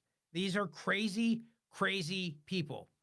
I'm sorry, but whatever your opinions are in healthcare, whatever your opinions are on claims being denied, we don't gun people down in cold blood on the streets. But this is an Ivy League educated, rich white guy. Shocking. You know, all this stuff about these MAGA extremists, right? All the nonsense we heard from the FBI and Merrick Garland and Department of Justice all these years and everything else. All this stuff we heard about how MAGA was getting ready for their domestic violent extremism. And parents, we had to watch, speaking of parents, talking to Paul Martino, right? Thinking of parents who were going to be out there at school board meetings. And the FBI had to be watching them because they were going to be violent. Who commits the violence? People dressed in all black in Antifa burning down courthouses in this country. And then this whack job. Who shot Steve Scalise? Bernie Sanders leftist. Who was on the rooftop in Butler, PA? Well, I mean, we don't really know, but I'm going to guess. Obviously, he wasn't a Trump supporter. So let's understand that, just like I said with the rhetoric, you know, it's not a moral equivalency between the two sides. We don't see this kind of stuff happen. And all these people who are cheering this guy on and saying free him, because it's actually trending on social media right now. People are saying free him. Whatever you think about United Healthcare's policy, whatever you think about health insurance companies denying claims, we don't murder people in cold blood on the streets. That's not how we deal with things in this country. And let's understand that mindset of everybody should have free, quote unquote, free health insurance and socialized medicine leads to that thinking of how come these health insurance companies deny claims. I'm not justifying them denying claims. I'm simply saying that murdering the CEO is not the answer. Because murdering the CEO of any company is not the answer. I mean, it's just like saying, well, it's like the food's too expensive to feed my family. I'm gonna go murder the CEO of the food company because their prices are too high and the guy's getting too rich. I mean, we can't have a society like that. Obviously, that's insane. So that's where we are with that, and I just find the whole thing to just be, incredibly shocking. I really do. But we'll find out more. This guy obviously hates corporate America. In fact, I believe we have a little bit of a clip of this. I sent you this earlier, Matt. This is Eric Adams. Let's see now. No, actually, I'm sorry. This is a clip from YouTube here. This is this guy had some ill will toward corporate America. This is from Forbes breaking news reporting on this, according to an NYPD official on the writing of the Luigi Mangione, who is the suspect in this case. Take a listen. Maybe from the New York Post. I was just hoping to get more details on the capture itself. Did he put up a fight? Did he say anything to cops? And we've also reported that he published online anti-health care industry rantings. Can you share with us some of the services that he posted on? We're still working through his social media. We're going to do a complete scrub of that. Preliminarily, like I said, he seems that he had some ill will toward corporate America, but that will all come out as part of our investigation. We're not done here. We're still going to be putting this together. We're still going to be working very hard to bring this to a successful conclusion. And the capture itself, did he put up a fight? Did he say anything to police? I don't have that information. Can you elaborate on how he got there, the path he took from Port Authority and on the George Washington Bridge to Altoona, PA? Same thing. This just happened this morning. We'll be backtracking his steps from New York to Altoona, Pennsylvania. I was going to ask if we knew anything, if he took a bus to Philadelphia first and then somehow got to Altoona. We're still working on that. We're still working through that. There might have been a connection to Philadelphia with all this. Eric Adams talked about this, too. They had a press conference today where they were having a conversation about the motives, and there's going to be, obviously, a lot more about this that comes out. And Eric Adams revealed how this came to pass here. Take a listen.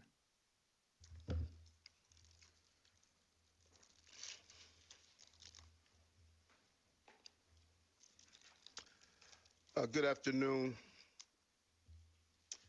And I'm joined here today Actually, let's take a stop on that. Let's hold on that, Matt. See if you can fast forward to the part where he gets into the meat of that. We'll do that around the bend here.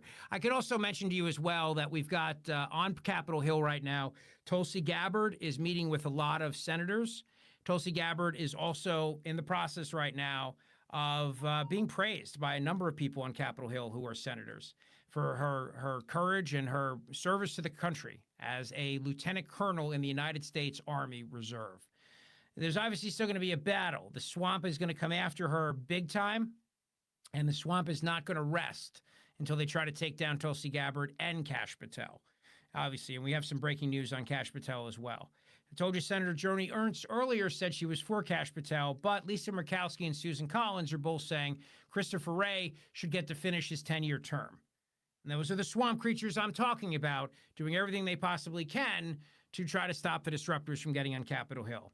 But what happened in Syria? What does all this mean for peace? What does it mean with Russia? What did Donald Trump have to say about Bashar al-Assad fleeing to Russia?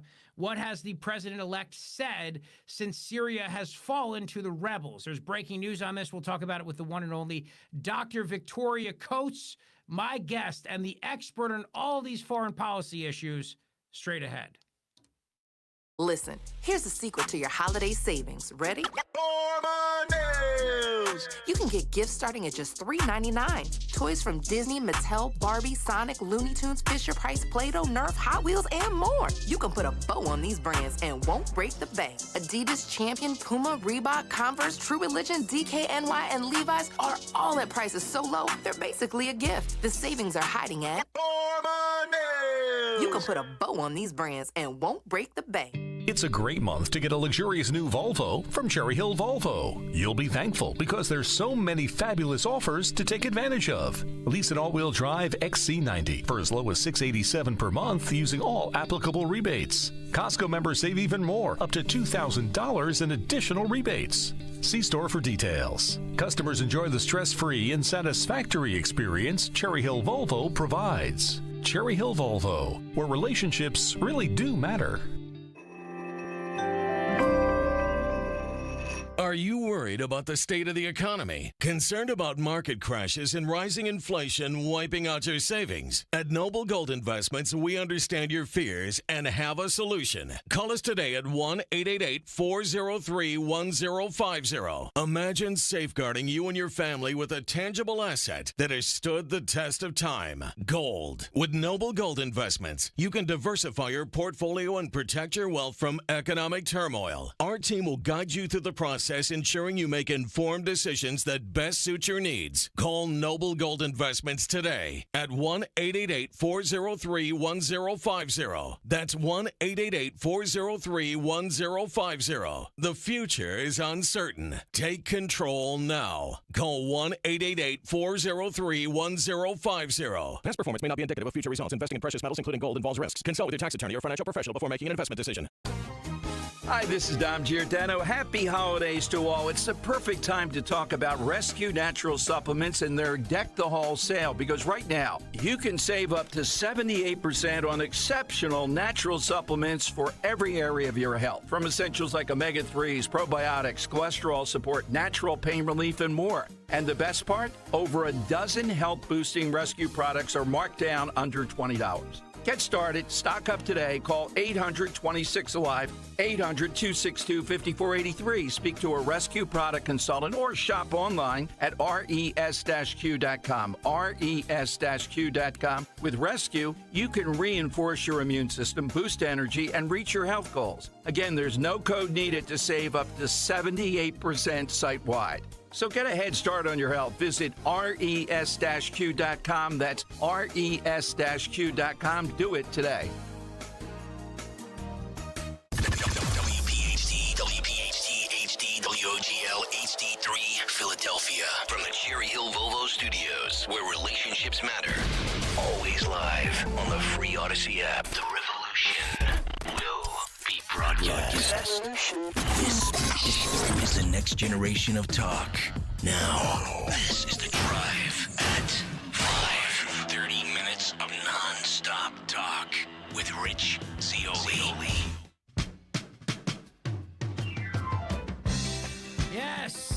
Indeed. Her own walk-up music to start the hour. Doesn't get better than that, does it?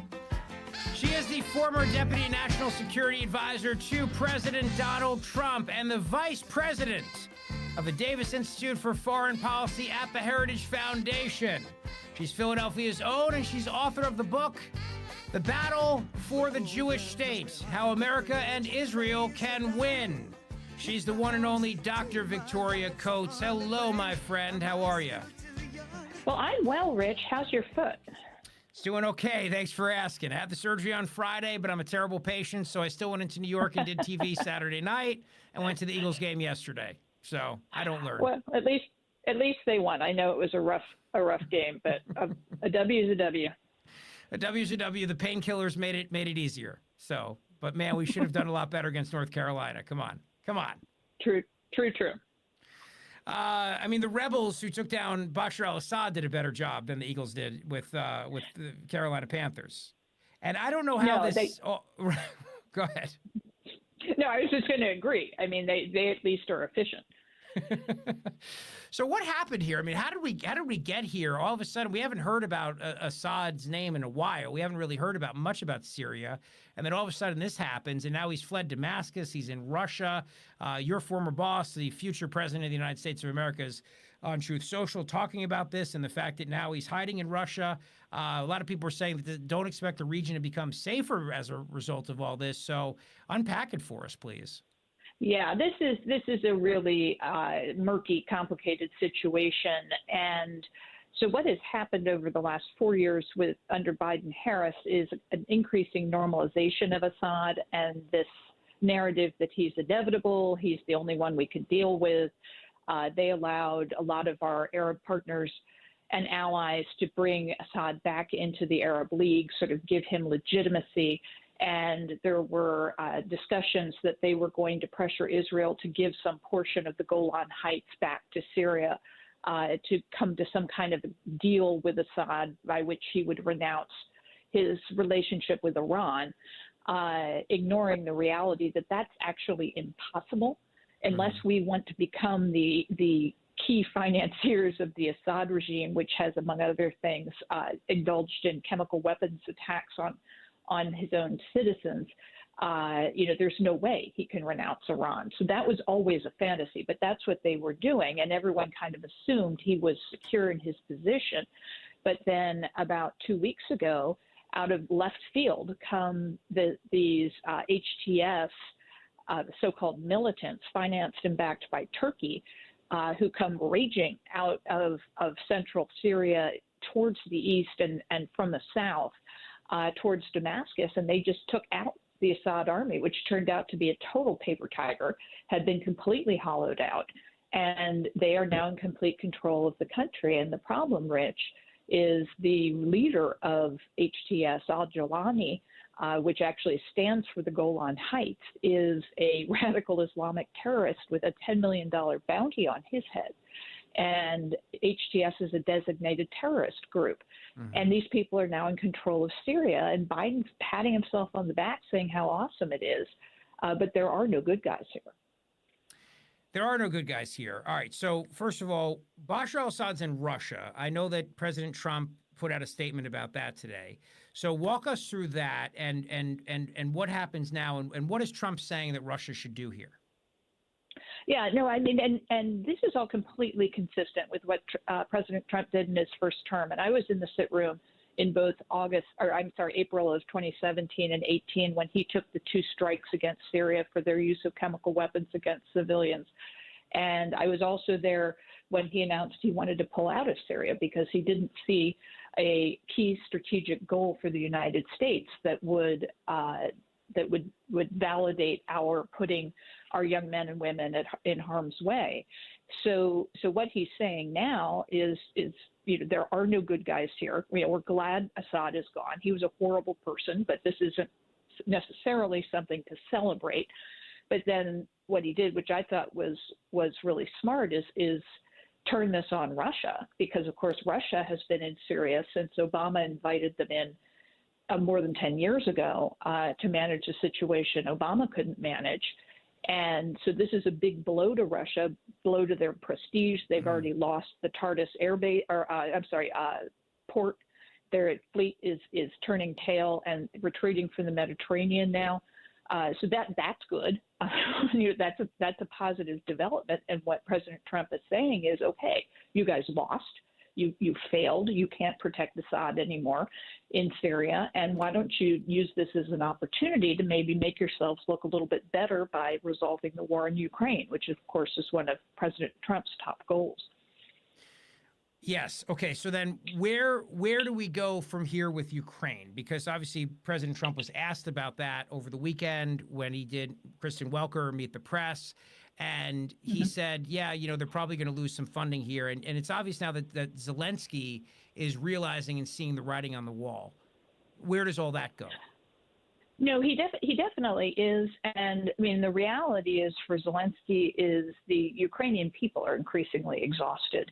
And absent a path to victory, which there isn't a realistic one. I mean, Zelensky had a couple of months ago, his plan for victory, which involved hundreds of billions more dollars.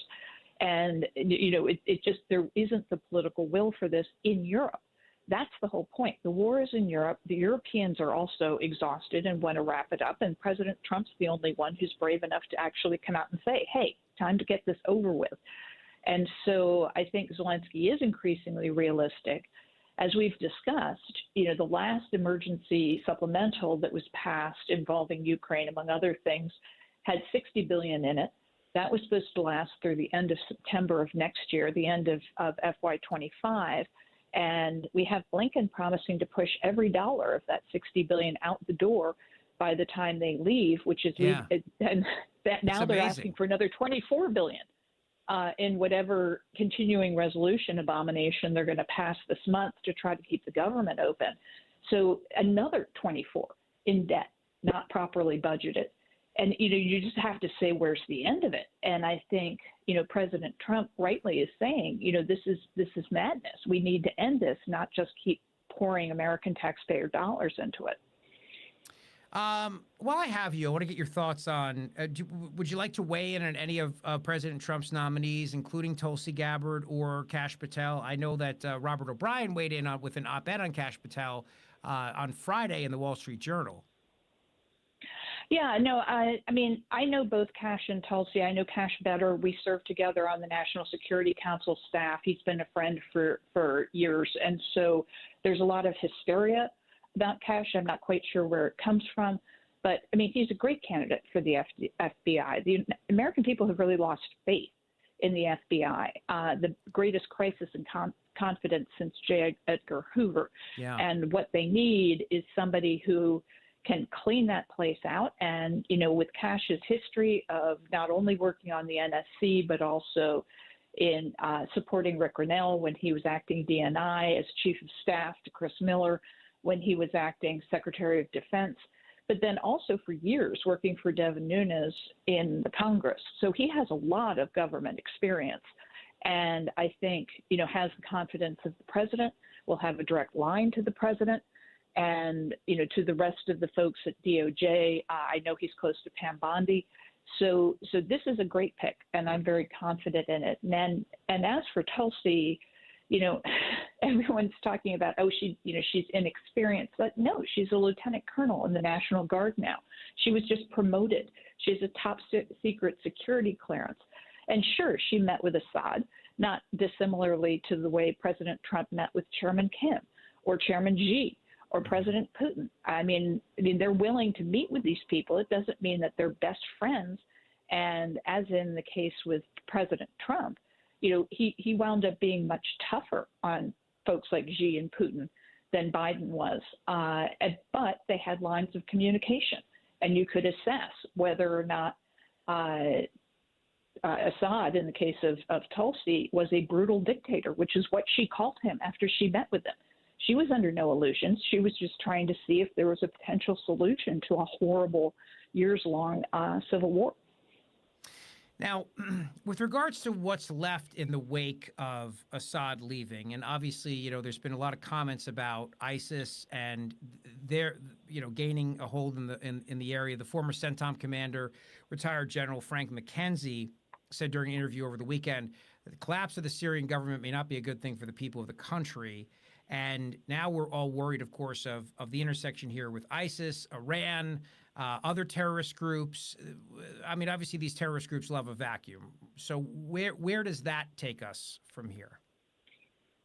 Well, it's something we need to watch very, very closely. And as I said, there are various sanctions that can be placed on them because of they're already the designated terrorist group. That work doesn't have to be done.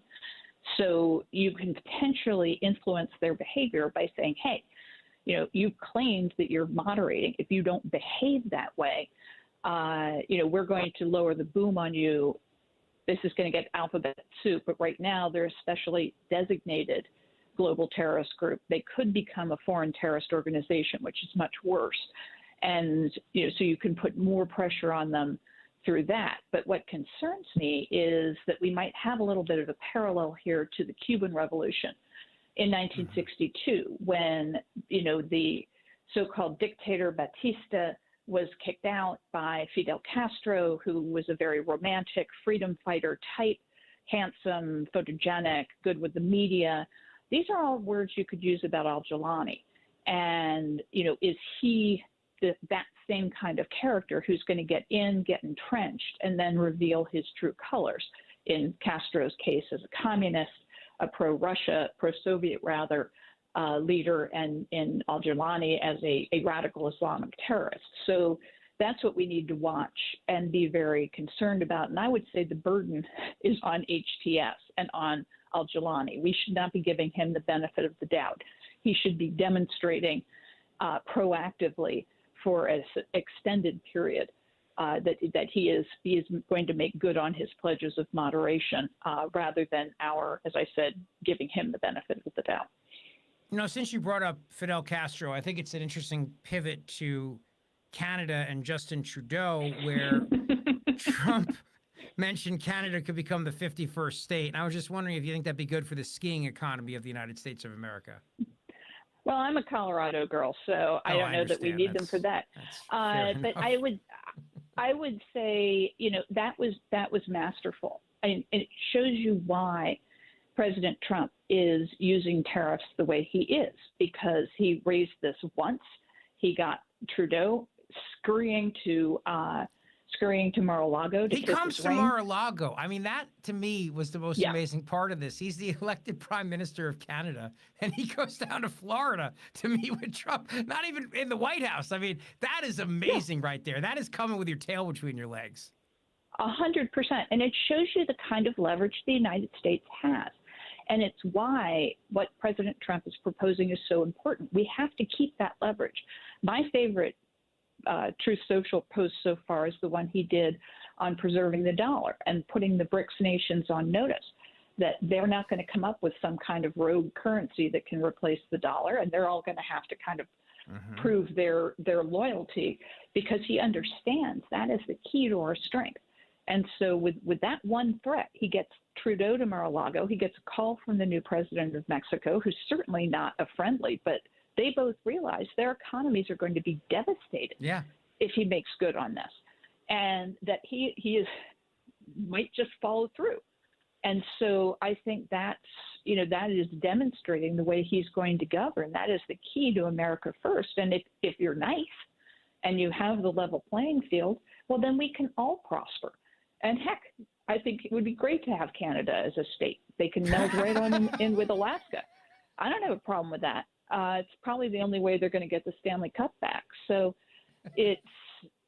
You have no faith in the Flyers? Is that what you're saying No, right now? I have great faith in the Flyers, but it's been a long time since Canada won a Stanley Cup. So. Okay. Dr. Victoria Coates is my guest right now. The other thing was the way that President Trump manhandled Emmanuel Macron with that handshake. Literally. Where it reminded me of the handshake in Superman 2, when Superman gets his powers back and then cracks General Zod's hand at the very, very end of the movie. It kind of reminded me of that. No, it was again classic Trump, and Emmanuel Macron, through no fault of his own, is physically quite small, and President Trump, of course, is very tall, and that just kind of grip when he knows Macron, just has had a horrible election. His government has collapsed. There are questions about whether or not he can even serve out his full term, and here we have President Trump returning, in a mighty victory on November 5th with both houses of our Congress. I think that was just a classic power play. Yeah, I do too. It was really, and it's interesting too because Trump's not officially president yet, but by all accounts he's president. As all these world leaders are now rushing to get near the guy and be around him. It's pretty stunning to watch. Dr. Coates, you mentioned something earlier about Obama and how he led to a lot of this chaos that's happening. I'm not going to play the clip right now, but this morning on Morning Joe, Professor Jeffrey Sachs said that Obama deployed the Brennan CIA in a regime change operation to begin the Syrian civil war that ultimately led to the rise of ISIS. Is that similar to what you were mentioning earlier in the interview? A little bit. I don't know the ins and outs of that particular episode. I was in the Congress at the time working with Senator Cruz when say the red line went down, and certainly there seemed to be a lot of confusion on the part of the Obama administration, then largely led in that area by Secretary of State John Kerry. And, it wouldn't surprise me if in the wake of the Arab Spring, which they completely misread as a, cry for democracy out of Muslim majority nations, it turns out it was a Muslim Brotherhood hoax, essentially, an attempt to take over countries like Egypt, Tunisia, et cetera, Bahrain, you name it. And, I think they completely misread what was happening in Syria as a natural, spontaneous sort of outbreaking for democracy. They may well have tried to put their finger on the scale, and, disaster resulted. And we had in 2015 then the embarrassing spectacle of Obama saying that ISIS was just Al-Qaeda JV. That doesn't make them the Lakers, he says, if they just put on the jihadist mantle. Yeah. That's what his judgment was. And then lo and behold, we have American journalists having their heads chopped off on video. We have Jordanian pilots being burnt alive in cages. We have Egyptian Christians being, slaughtered en masse on a beach. That's the JV for Obama. They had no idea what was going on. And quite frankly, the Biden-Harris folk had no idea what was going on in Syria over the last 3 weeks. It's the same thing all over again. Yeah, this was an 11-day blitz that brought down Assad, and now we're scrambling to try to destroy their remaining chemical weapons. Obviously, chemical weapons were a big part of something that Bashar al-Assad used, and do we know even how many are left, and how concerned should we be about that? I think we should be concerned about all of it, and the Israelis are taking significant strikes over the last 48 hours, and I assume will continue to destroy some of the conventional weapons storage, both of Iranian and Syrian material. The chemical weapons are the diciest, because you got to destroy them in a certain way so that they don't disseminate themselves in a way that could be harmful to people around them. Thank heavens they didn't have nuclear weapons. They were pursuing one, of course. That was taken care of by the Israelis almost 20 years ago. But, if they had been allowed to, continue down that road, things could be much worse. But yes, this is all deeply, deeply dangerous. And, we don't know what the HTS people's intentions are, whether they're going to try to grab some of that stuff. And what they might do with it if they did. Well, as you are the author, of the forthcoming book, The Battle for the Jewish State, How America and Israel Can Win, we have a ceasefire right now. Obviously, we're hopeful and optimistic that it's going to last, and it's going to last until President Trump becomes president, and then where do we go from here on that? Do we have to worry about Syria in all of this now, and Iran, and connecting those dots as well? Oh, absolutely. And remember, the ceasefire between Israel and Lebanon is due to expire. It's a 60-day ceasefire, and it expires 2 days after the inauguration, which I think was not chosen at random. So, President Trump will be able to come in and assess the situation and decide if that's something he wants to pursue, whether they want to continue that. He has Mr. Bolus, Tiffany Trump's father-in-law, who is Lebanese, has been very involved in Lebanese politics, to help advise him on that. I think that's an asset that most American presidents don't have, somebody who can actually tell you the truth of what's going on the ground in Lebanon. So I think that will be very helpful to making that decision. And then also where Israel is in terms of Syria and in terms of Gaza, and what the Iranians might do in the intervening weeks, because they have been severely weakened, both in terms of Hezbollah and Hamas, but they still have the Houthi and they still have all those Shiite militias in Iraq. So we'll want to keep a real close eye on what those two groups do before the inauguration. Well, listen, order Dr. Coates' book today. It's essential reading, and it has a foreword by Senator Ted Cruz. Lots to unpack, my friend. I appreciate you making time for us today on a very, very busy day. And we hope to talk to you again very, very soon, Dr. Coates. And again, order the book, The Battle for the Jewish State. Do it today. Thanks so much. Thank you, Rich. Take care. It's the 5 o'clock happy hour on the Rich Zeoil Show. Brought to you by the Oceanfront Grand Hotel of Cape May, New Jersey. A premier full-service resort and conference center. GrandHotelCapeMay.com. And I am happy that we'll be back in Cape May on December 20th for our next live show at the Grand Hotel, my happy place. So join us for that. It'll be our last official show of the year, December 20th. And I'm telling you, if you've not been to a live show yet, you don't want to miss it. Everybody has a blast. You make friends, you make memories, and we always have a great time. And Christmas is extra special in Cape May. It really, really is. So now is the perfect time for you to start thinking about making your holiday plans there. They have a wonderful New Year's Eve event at the Grand Hotel of Cape May. And of course, you can always make your reservation and save 25% by using my name, Zeoli, when you make your reservation for a midweek stay, and there's no minimum required at the Grand Hotel of Cape May, New Jersey. Speaking of Trump and Tulsi, here is President Trump ripping those criticizing Tulsi Gabbard for meeting with Bashar al-Assad. This is from his interview with Kristen Welker over the weekend on Meet the Press, cut number 10. Let me ask you about former Congresswoman Tulsi Gabbard. You picked her to be the director of national intelligence. Right. In 2017, she had 2 secret meetings with Syrian dictator Bashar al-Assad. Do you have questions or concerns about those meetings? No.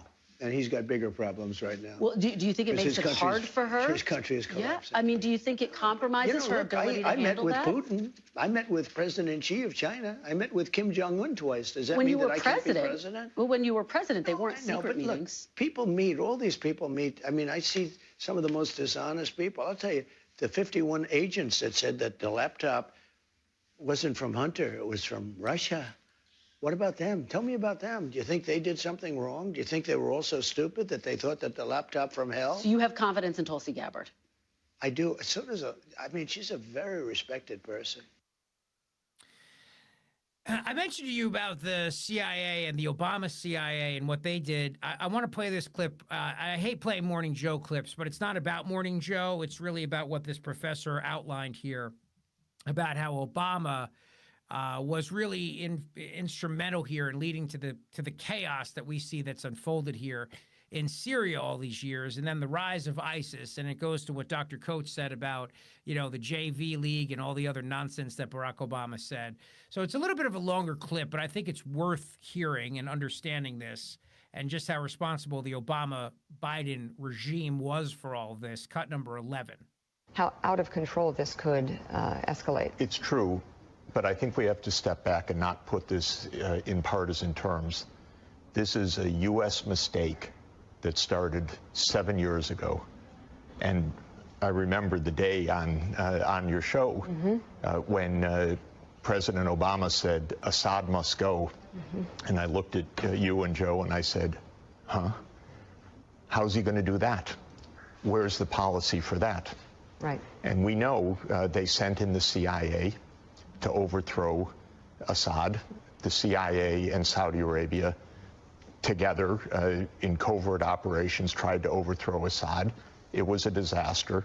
Eventually, it brought in both ISIS as a splinter group to the jihadists that went in. It also brought in Russia. So we have been digging deeper and deeper and deeper. What we should do now is get out and not continue to throw missiles, not have a confrontation with Russia. 7 years has been a disaster under Obama, continuing under Trump. This is what I would call the permanent state.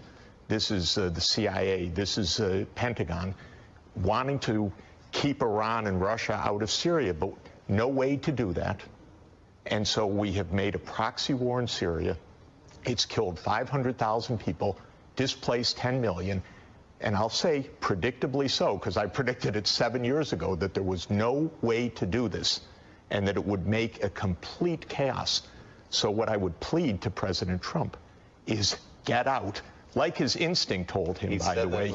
That was his instinct. But then all the establishment, the New York Times, the Washington Post, the Pentagon, everybody said, no, no, that's irresponsible. But his instinct is right. Get out. We've done enough damage, 7 years. And now we really risk a confrontation with Russia that is extraordinarily dangerous, reckless. Well, to that point, how I've told you the deep state undermines everything, and you know the deep state was involved, the CIA in particular, with the drafting of the Hunter Biden laptop letter and the 51 former national security officials. Who were these people? They were people like John Brennan, the CIA director under Barack Obama. Back in 2017, Julian Assange dropped a bombshell, how Donald Trump and the CIA were locked in a fierce battle over Syria. And Trump wanted to get out, and the CIA refused. And this is part of why the deep state was trying to remove Donald Trump, because he does not want to be a president who has America involved in these foreign conflicts. And this is pretty amazing. And it's also part of the reason why the United States of America went after Julian Assange in such a matter, because he was spilling all these secrets. Cut 13. Be aware, but there is a serious conflict between say, Donald Trump, one of his strategic advisors, Steve Bannon, and other people around them, and the Central Intelligence Agency and some of the other U.S. security agencies. Quite a serious conflict where they are pushing to preserve their power, right, and make the president, not change their policies that they want to keep. What's a prime example of that? I think it is the leading cause of this conflict. It is a policy on Syria. Right. The budgetary spend, the number one project of the CIA has been the overthrow of the government of Bashar al-Assad, measured by the amount of their budget that they're spending. So they spend more of their budget on that than anything else. Right. So Trump has a electoral, during his campaign, a policy of not overthrowing Bashar al-Assad, although I don't think he put it explicitly like that, but cooperating with Assad and the Russians to attack ISIS, which essentially means not overthrowing Bashar al-Assad. So that's creating enormous problems for the CIA. Because, again, if you have a vacuum like that, it's going to be filled, and crazy people are going to fill that vacuum and be crazy. And this is part of the problem. And this is why, as I mentioned to Dr. Victoria Coates, you had that general saying, listen, just because Assad is gone now, don't just assume the region's going to be more peaceful. Don't just assume the region's going to be better, or that it's going to be better for anybody. This is ex-CENTCOM chief, former Commander General Frank McKenzie over the weekend, cut number 12. And you brought up Russia, Iran, Hezbollah. What does it mean for all of those countries and the region? They all placed a bet on Bashar Assad, and that bet has turned south for them. Russia's interest is maintaining its air base and naval base on the eastern shores of the Mediterranean. So they're going to try very hard to keep that base with whatever entity comes into power in the wake of Bashar Assad's departure. The Iranians need Syria as a land bridge so that they can move equipment into Lebanon in order to threaten Israel. So that's going to be they're going to be very concerned about that. And of course, Lebanese Hezbollah has also propped up the Syrian regime for many years. For all three of these entities, this is bad news because now they had a partner, not necessarily a good and capable partner, but a partner. And he is gone. He's left the stage. So they're going to have to negotiate with who comes in. So it's bad news for them. It's less obvious, Martha, who it's good news for. I'm not sure it's ultimately going to be good news for the people of Syria. We could have an Islamic State arise there, which will have profound negative implications across the region. That is possible. There are other possibilities as well. And I think in the next 48, 72, 96 hours, this will begin to become clearer to us. Yeah, you're going to see more terrorism, no doubt about it, and that is also part of the problem here. All right, we got a lot more to get to. The suspect in the murder of the United Healthcare CEO is carrying a firearm, fake ID, and apparently a 3-page manifesto. Kash Patel's on Capitol Hill. Tulsi Gabbard's on Capitol Hill. And Pete Hegseth is answering point blank about what Joni Ernst is doing to try to derail his nomination for defense secretary. But listen, as we continue along the show here, you got to keep your business safety and security in mind. That's why I recommend McCausland Lock and Alarm. Look, you need McCausland Lock and Alarm. In this day and age, come on. Crime is such an issue. We talk about it all of the time on this show. So what does it mean for you as a business owner? What it means for you is you got to have your facilities secure. You want to be able to control access, who gets where and when in your facilities. Well, McCausland Lock and Alarm can do all of that for you, along with state-of-the-art cameras so you know who's going where in your facilities. All of that with my buddy Tom McCausland and McCausland Lock and Alarm. Look, a lot of companies can provide you with this stuff, but there's only one Tom McCausland. He's the best at what he does. And he's also a local guy. That's right. Local in our area. So call him today at 610-430-1500. 610-430-1500. He'll reach out. If you have any issues, you're never going to have to worry about calling one of those 800 numbers again, stuck into the 800 hell and not knowing what number to push. And no. You're going to talk to a local person, most likely Tom himself, who's going to help you through it. And determining access in your facility and camera systems to help you keep an eye on everything. Do you not have this in this day and age? Are you kidding me? You need it. So call them today at 610-430-1500. 610-430-1500. McCausland Lock and Alarm. Securing your business, securing your future. At University of Maryland Global Campus, we give our students credit where credit is due. Credit for deciding in the middle of rush hour traffic to go back and get their bachelor's and a promotion. Credit for managing 3 kids, 2 dogs, and a full-time job to pursue an MBA. And credit for serving in the military by day so they can study cybersecurity at night. For over 75 years, we've been helping students receive the credit they deserve. With more than 135 degrees and certificates, students at UMGC can use prior learning or relevant experience to earn up to 90 credits toward a bachelor's, and graduate students can transfer up to 12 credits toward their master's. At UMGC, you'll find everything, online to hybrid courses, lifetime career services to scholarship opportunities, making your education journey flexible, fast, and affordable. Classes start soon. Learn more at umgc.edu. That's umgc.edu. Certified to operate in Virginia by Chev. Get rid of those flimsy tablets and slow computers and get your team the game changer and point-of-sale solutions for restaurants, casinos, and bars, PDQ POS. Their state-of-the-art technology ensures that transactions are swift, secure, and hassle-free. PDQ Signature Systems is not just a POS system, it's a complete business management solution. Join the thousands of companies that have made the switch and upgraded to a customized POS solution from PDQ Signature Systems. Visit PDQPOS.com.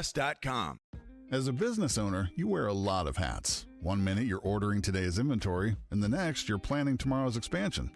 It's complicated, but your business credit card should be simple. With the Signify Business Cash Card by Wells Fargo, you earn unlimited 2% cash rewards on purchases for your business with no caps or categories to track. Signify Business Cash, the deliberately simple business credit card. Learn more at wellsfargo.com/signify. Terms apply.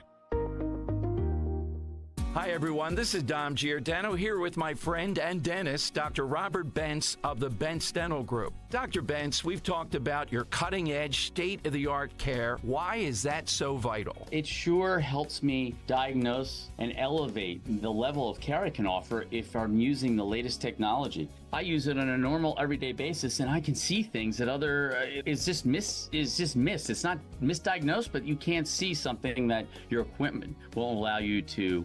So I feel that if I can't utilize what's out there, and it takes a lot to be trained on it, feel comfortable, that can work for everyone. Not just these advanced cases, but it gives you a very consistent, efficient, and predictable result. Dr. Bentz and the team at Bentz Dental Group provide solutions for the most complex dental cases. Call Dr. Bentz today at 610-272-6949 or visit BentzDentalGroup.com. Bentz Dental Group, say it with a smile. Steel holiday savings are here. Find the perfect gift at your local Steel dealer or shop the Steel Holiday Gift Guide at SteelUSA.com. It's the Rich Zeoil Show. Live from the Cherry Hill Volvo Studios, where relationships matter. Talk Radio 1210, WPHT. I'm talking to Dr. Coates, and I managed to weave in a Justin Trudeau Cuba comment, and you don't have the ability to wave in as the censorati and say anything about it? It did kill me a little bit inside, I'm not going to lie. I was like clawing at my mic trying to get a word in edgewise, but I knew I was potted down. I know. I'm sorry. See, I snuck it in there. I also managed to sneak it in Saturday night. I don't know if I mentioned this or not, but I was on Fox News Saturday night. And I think you did mention it, yeah. Did I mention that? I think so. And I also made a comment about how when Trudeau went to Mar-a-Lago, he was so much closer to Cuba, and he could smell his homeland and smell the cigar smoke. And I didn't have to worry about any of the Fox censors. It was nice. It was nice. One of the clips from the appearance actually went pretty viral, I saw. It did. It was good. Yeah, it was a comment about how Trump's victory was the end of woke. It went viral. Fox News wrote a little story about it. So, do we have that? I mean, how long is that clip? I trimmed it down pretty significantly. It's a little under a minute. All right, should we listen? Why not? Let's take a listen and a watch in case anybody missed it. This was from, if I failed to mention it, my apologies. I was on Fox News Saturday night, this past Saturday night, on Fox News Saturday night with Jimmy Fallon this past Saturday night on Fox News. Here's a little bit of the clip. Cut 26, by the way. But the best part for you and me, I think that we've enjoyed more than anything, is the people who haven't gotten the memo yet, like Jimmy Kimmel. Yeah. Okay, and Jimmy Kimmel is still doing the performative I'm going to die thing. Right. Which is so embarrassing. Well, look, I mean, Trump's victory was the end of woke. He defeated woke.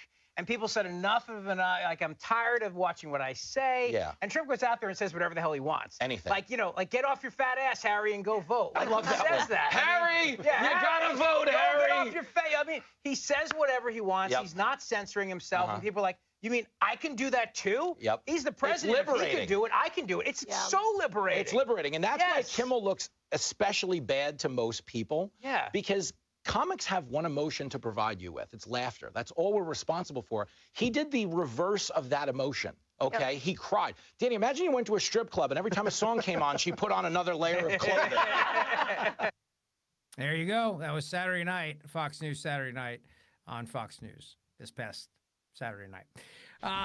Shameless. What day was it? Saturday night. Thanks. By the way, the city's a freaking mess. And I can't stand being in New York. So the car picked me up in my house. I know. At 6 o'clock. And I know. And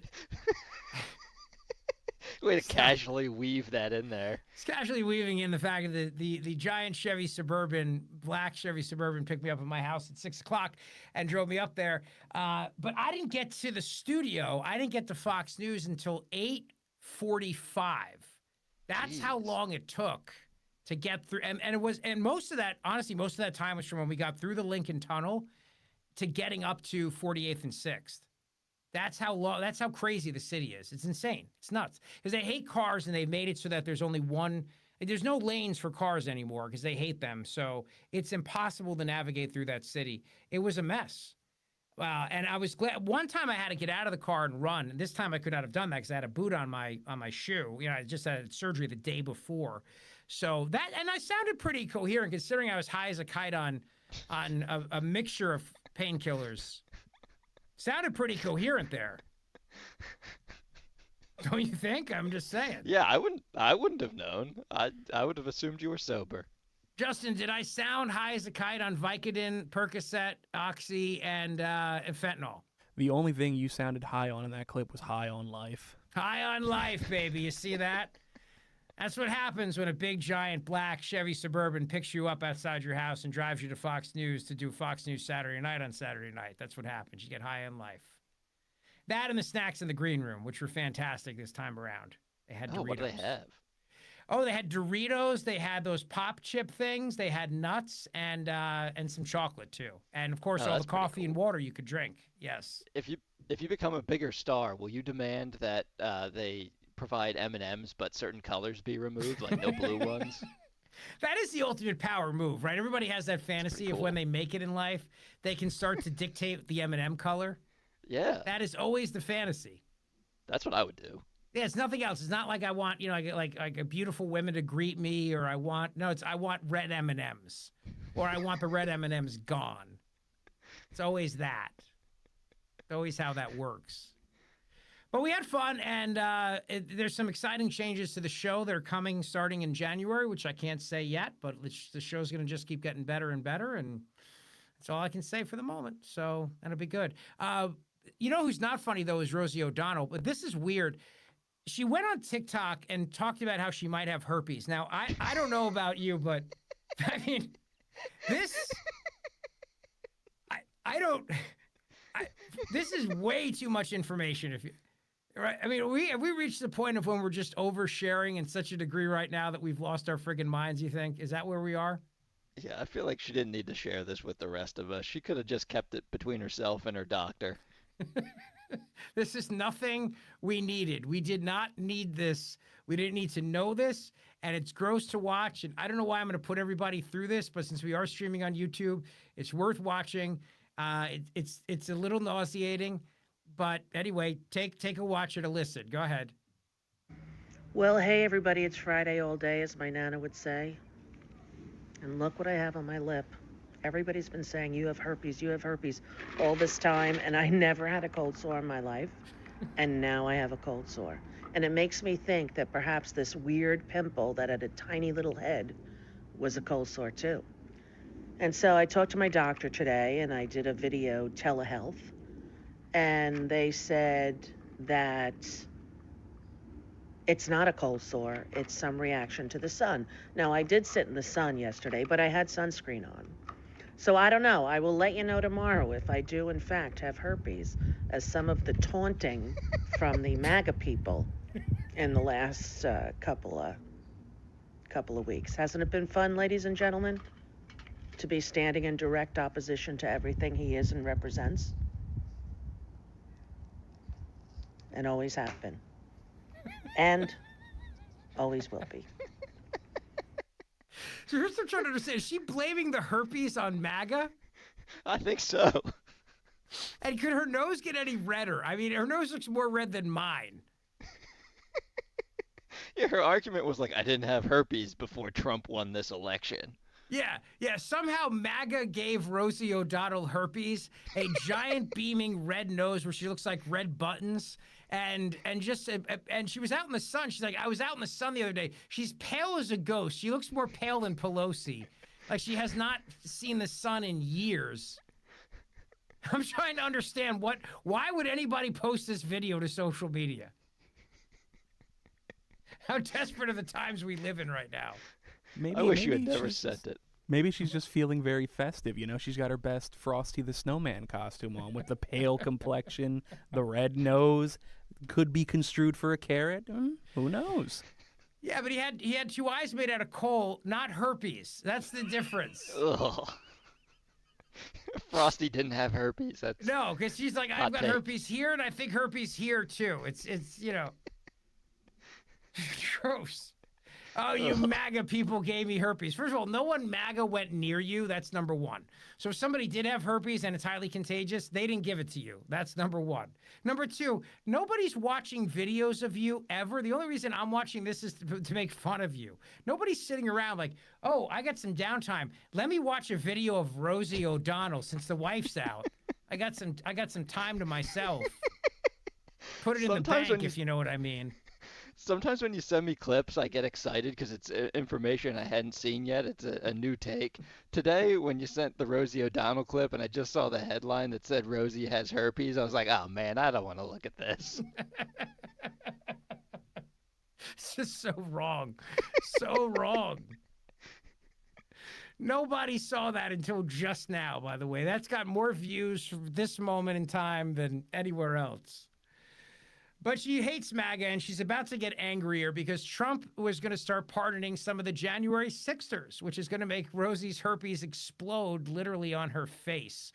This is Donald Trump talking to Kristen Welker, the president-elect, on Meet the Press over the weekend when the issue of the J6ers came up, cut number 3. And I asked the president-elect if he plans to follow through on his campaign promise to pardon those who attacked the Capitol on January 6th, including the more than 900 people who pleaded guilty to crimes. I'm going to look at everything. We're going to look at individual cases, yeah. Okay. But I'm going to be acting very quickly. Within your first 100 days, first day? First day. First day. Yeah, I'm looking first day. Issue these pardons. These people have been there, how long is it, 3 or 4 years? Okay.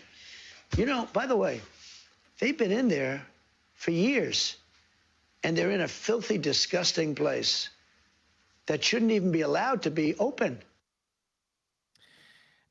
So she doesn't want to see any mercy for the January 6ers, and Rosie's herpes are going to explode. He was also asked a question on whether he'll fire Christopher Wray as the FBI director. Kash Patel's on Capitol Hill right now, meeting with senators, and so far, he's getting nothing but rave reviews. You heard Dr. Coates praise him as well earlier in the show.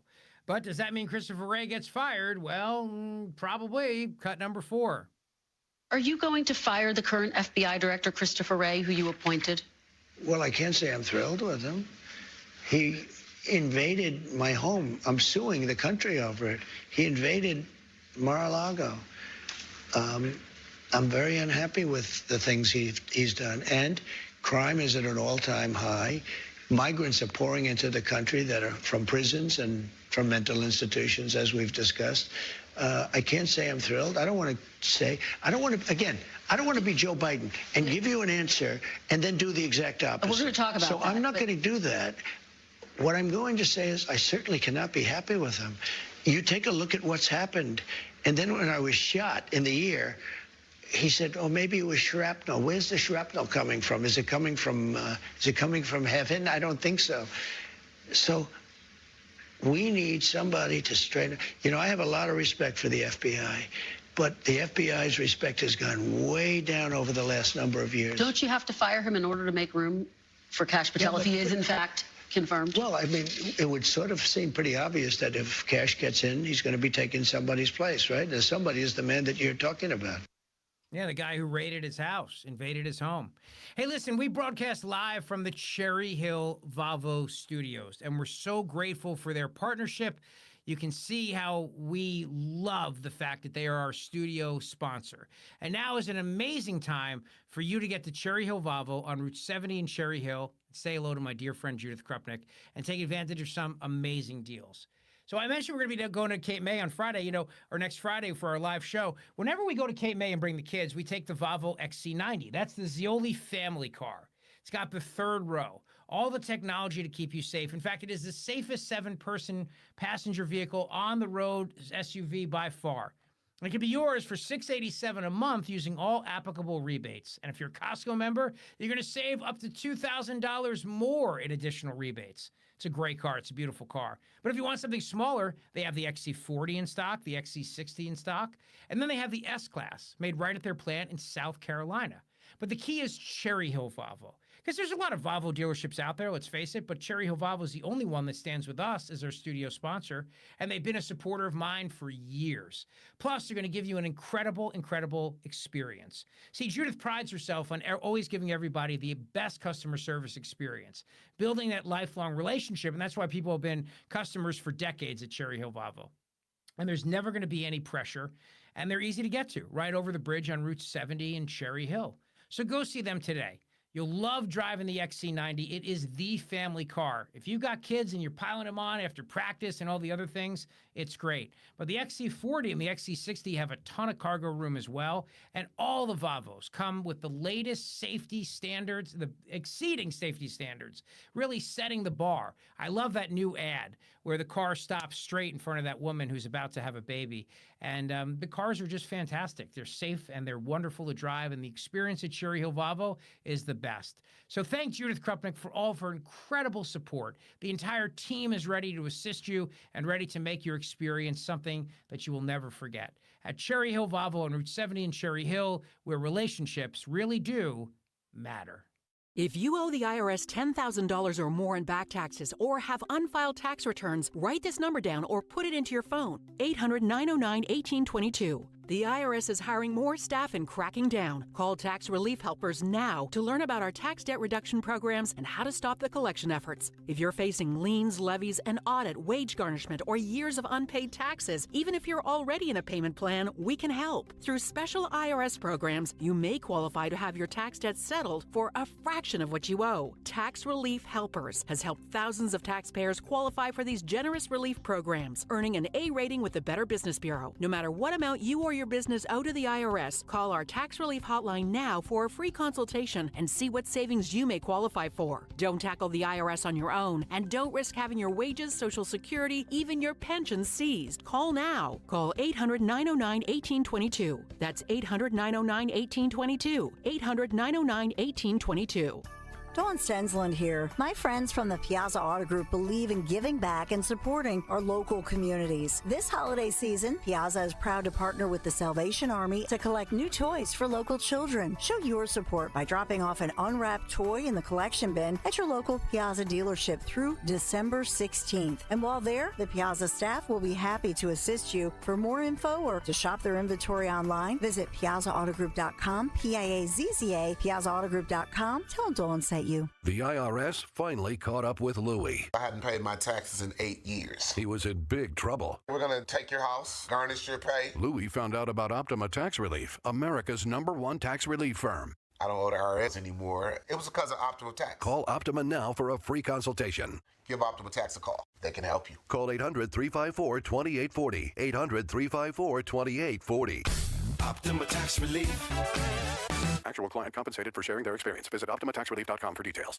This is an important notice to all U.S. taxpayers. The IRS is giving away billions of dollars in tax savings through a federal program called the Fresh Start Initiative to aid delinquent taxpayers. This initiative was established for anyone facing financial hardship and unable to pay their back taxes. Qualifying and enrolling in this program will stop all collections, settle your delinquent tax problem, and even reduce what you owe by thousands of dollars. Call the hotline at People's Tax Relief to see if you qualify and get this free information by dialing 800-727-9105. If you have unfiled tax returns or cannot afford to pay your personal or business back taxes, you can now get the help you need. One simple phone call can resolve your tax problem and save you thousands of dollars. To see if you qualify and to get this important free information, call 800-727-9105. 800-727-9105. 800-727-9105.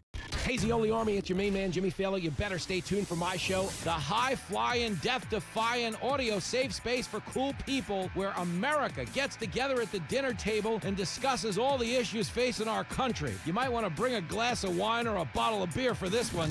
Coming up at 7 p.m. only on Talk Radio 1210 WPHT and free on the Odyssey app.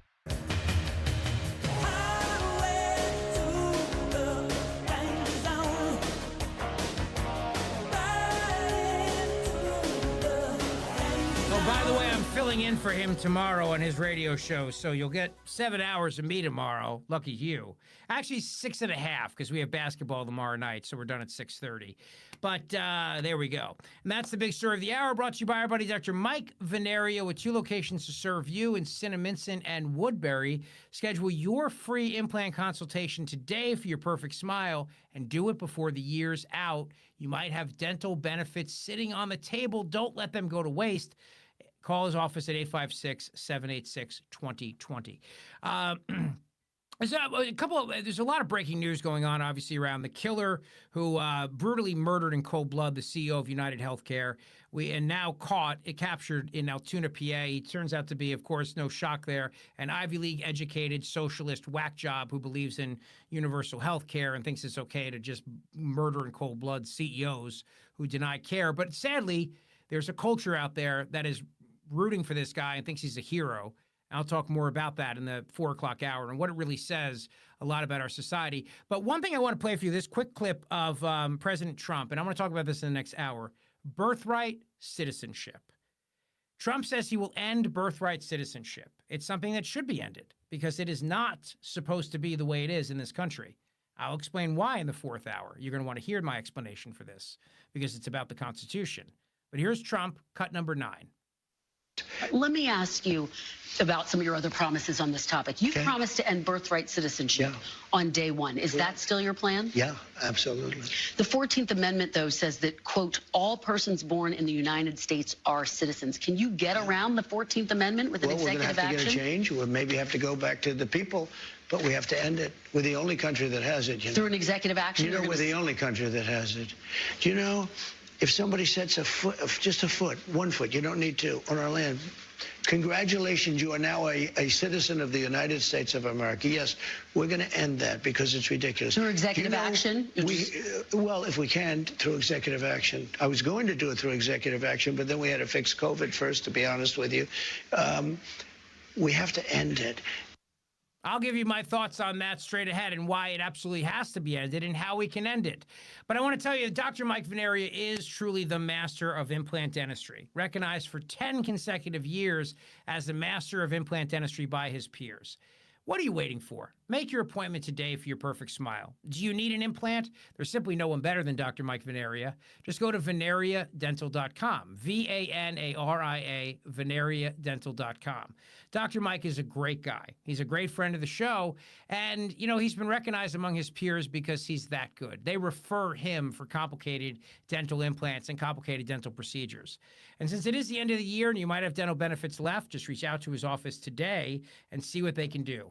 Because it's worth having a beautiful smile. A smile lights up the room. It says so much about you, and it's something you deserve.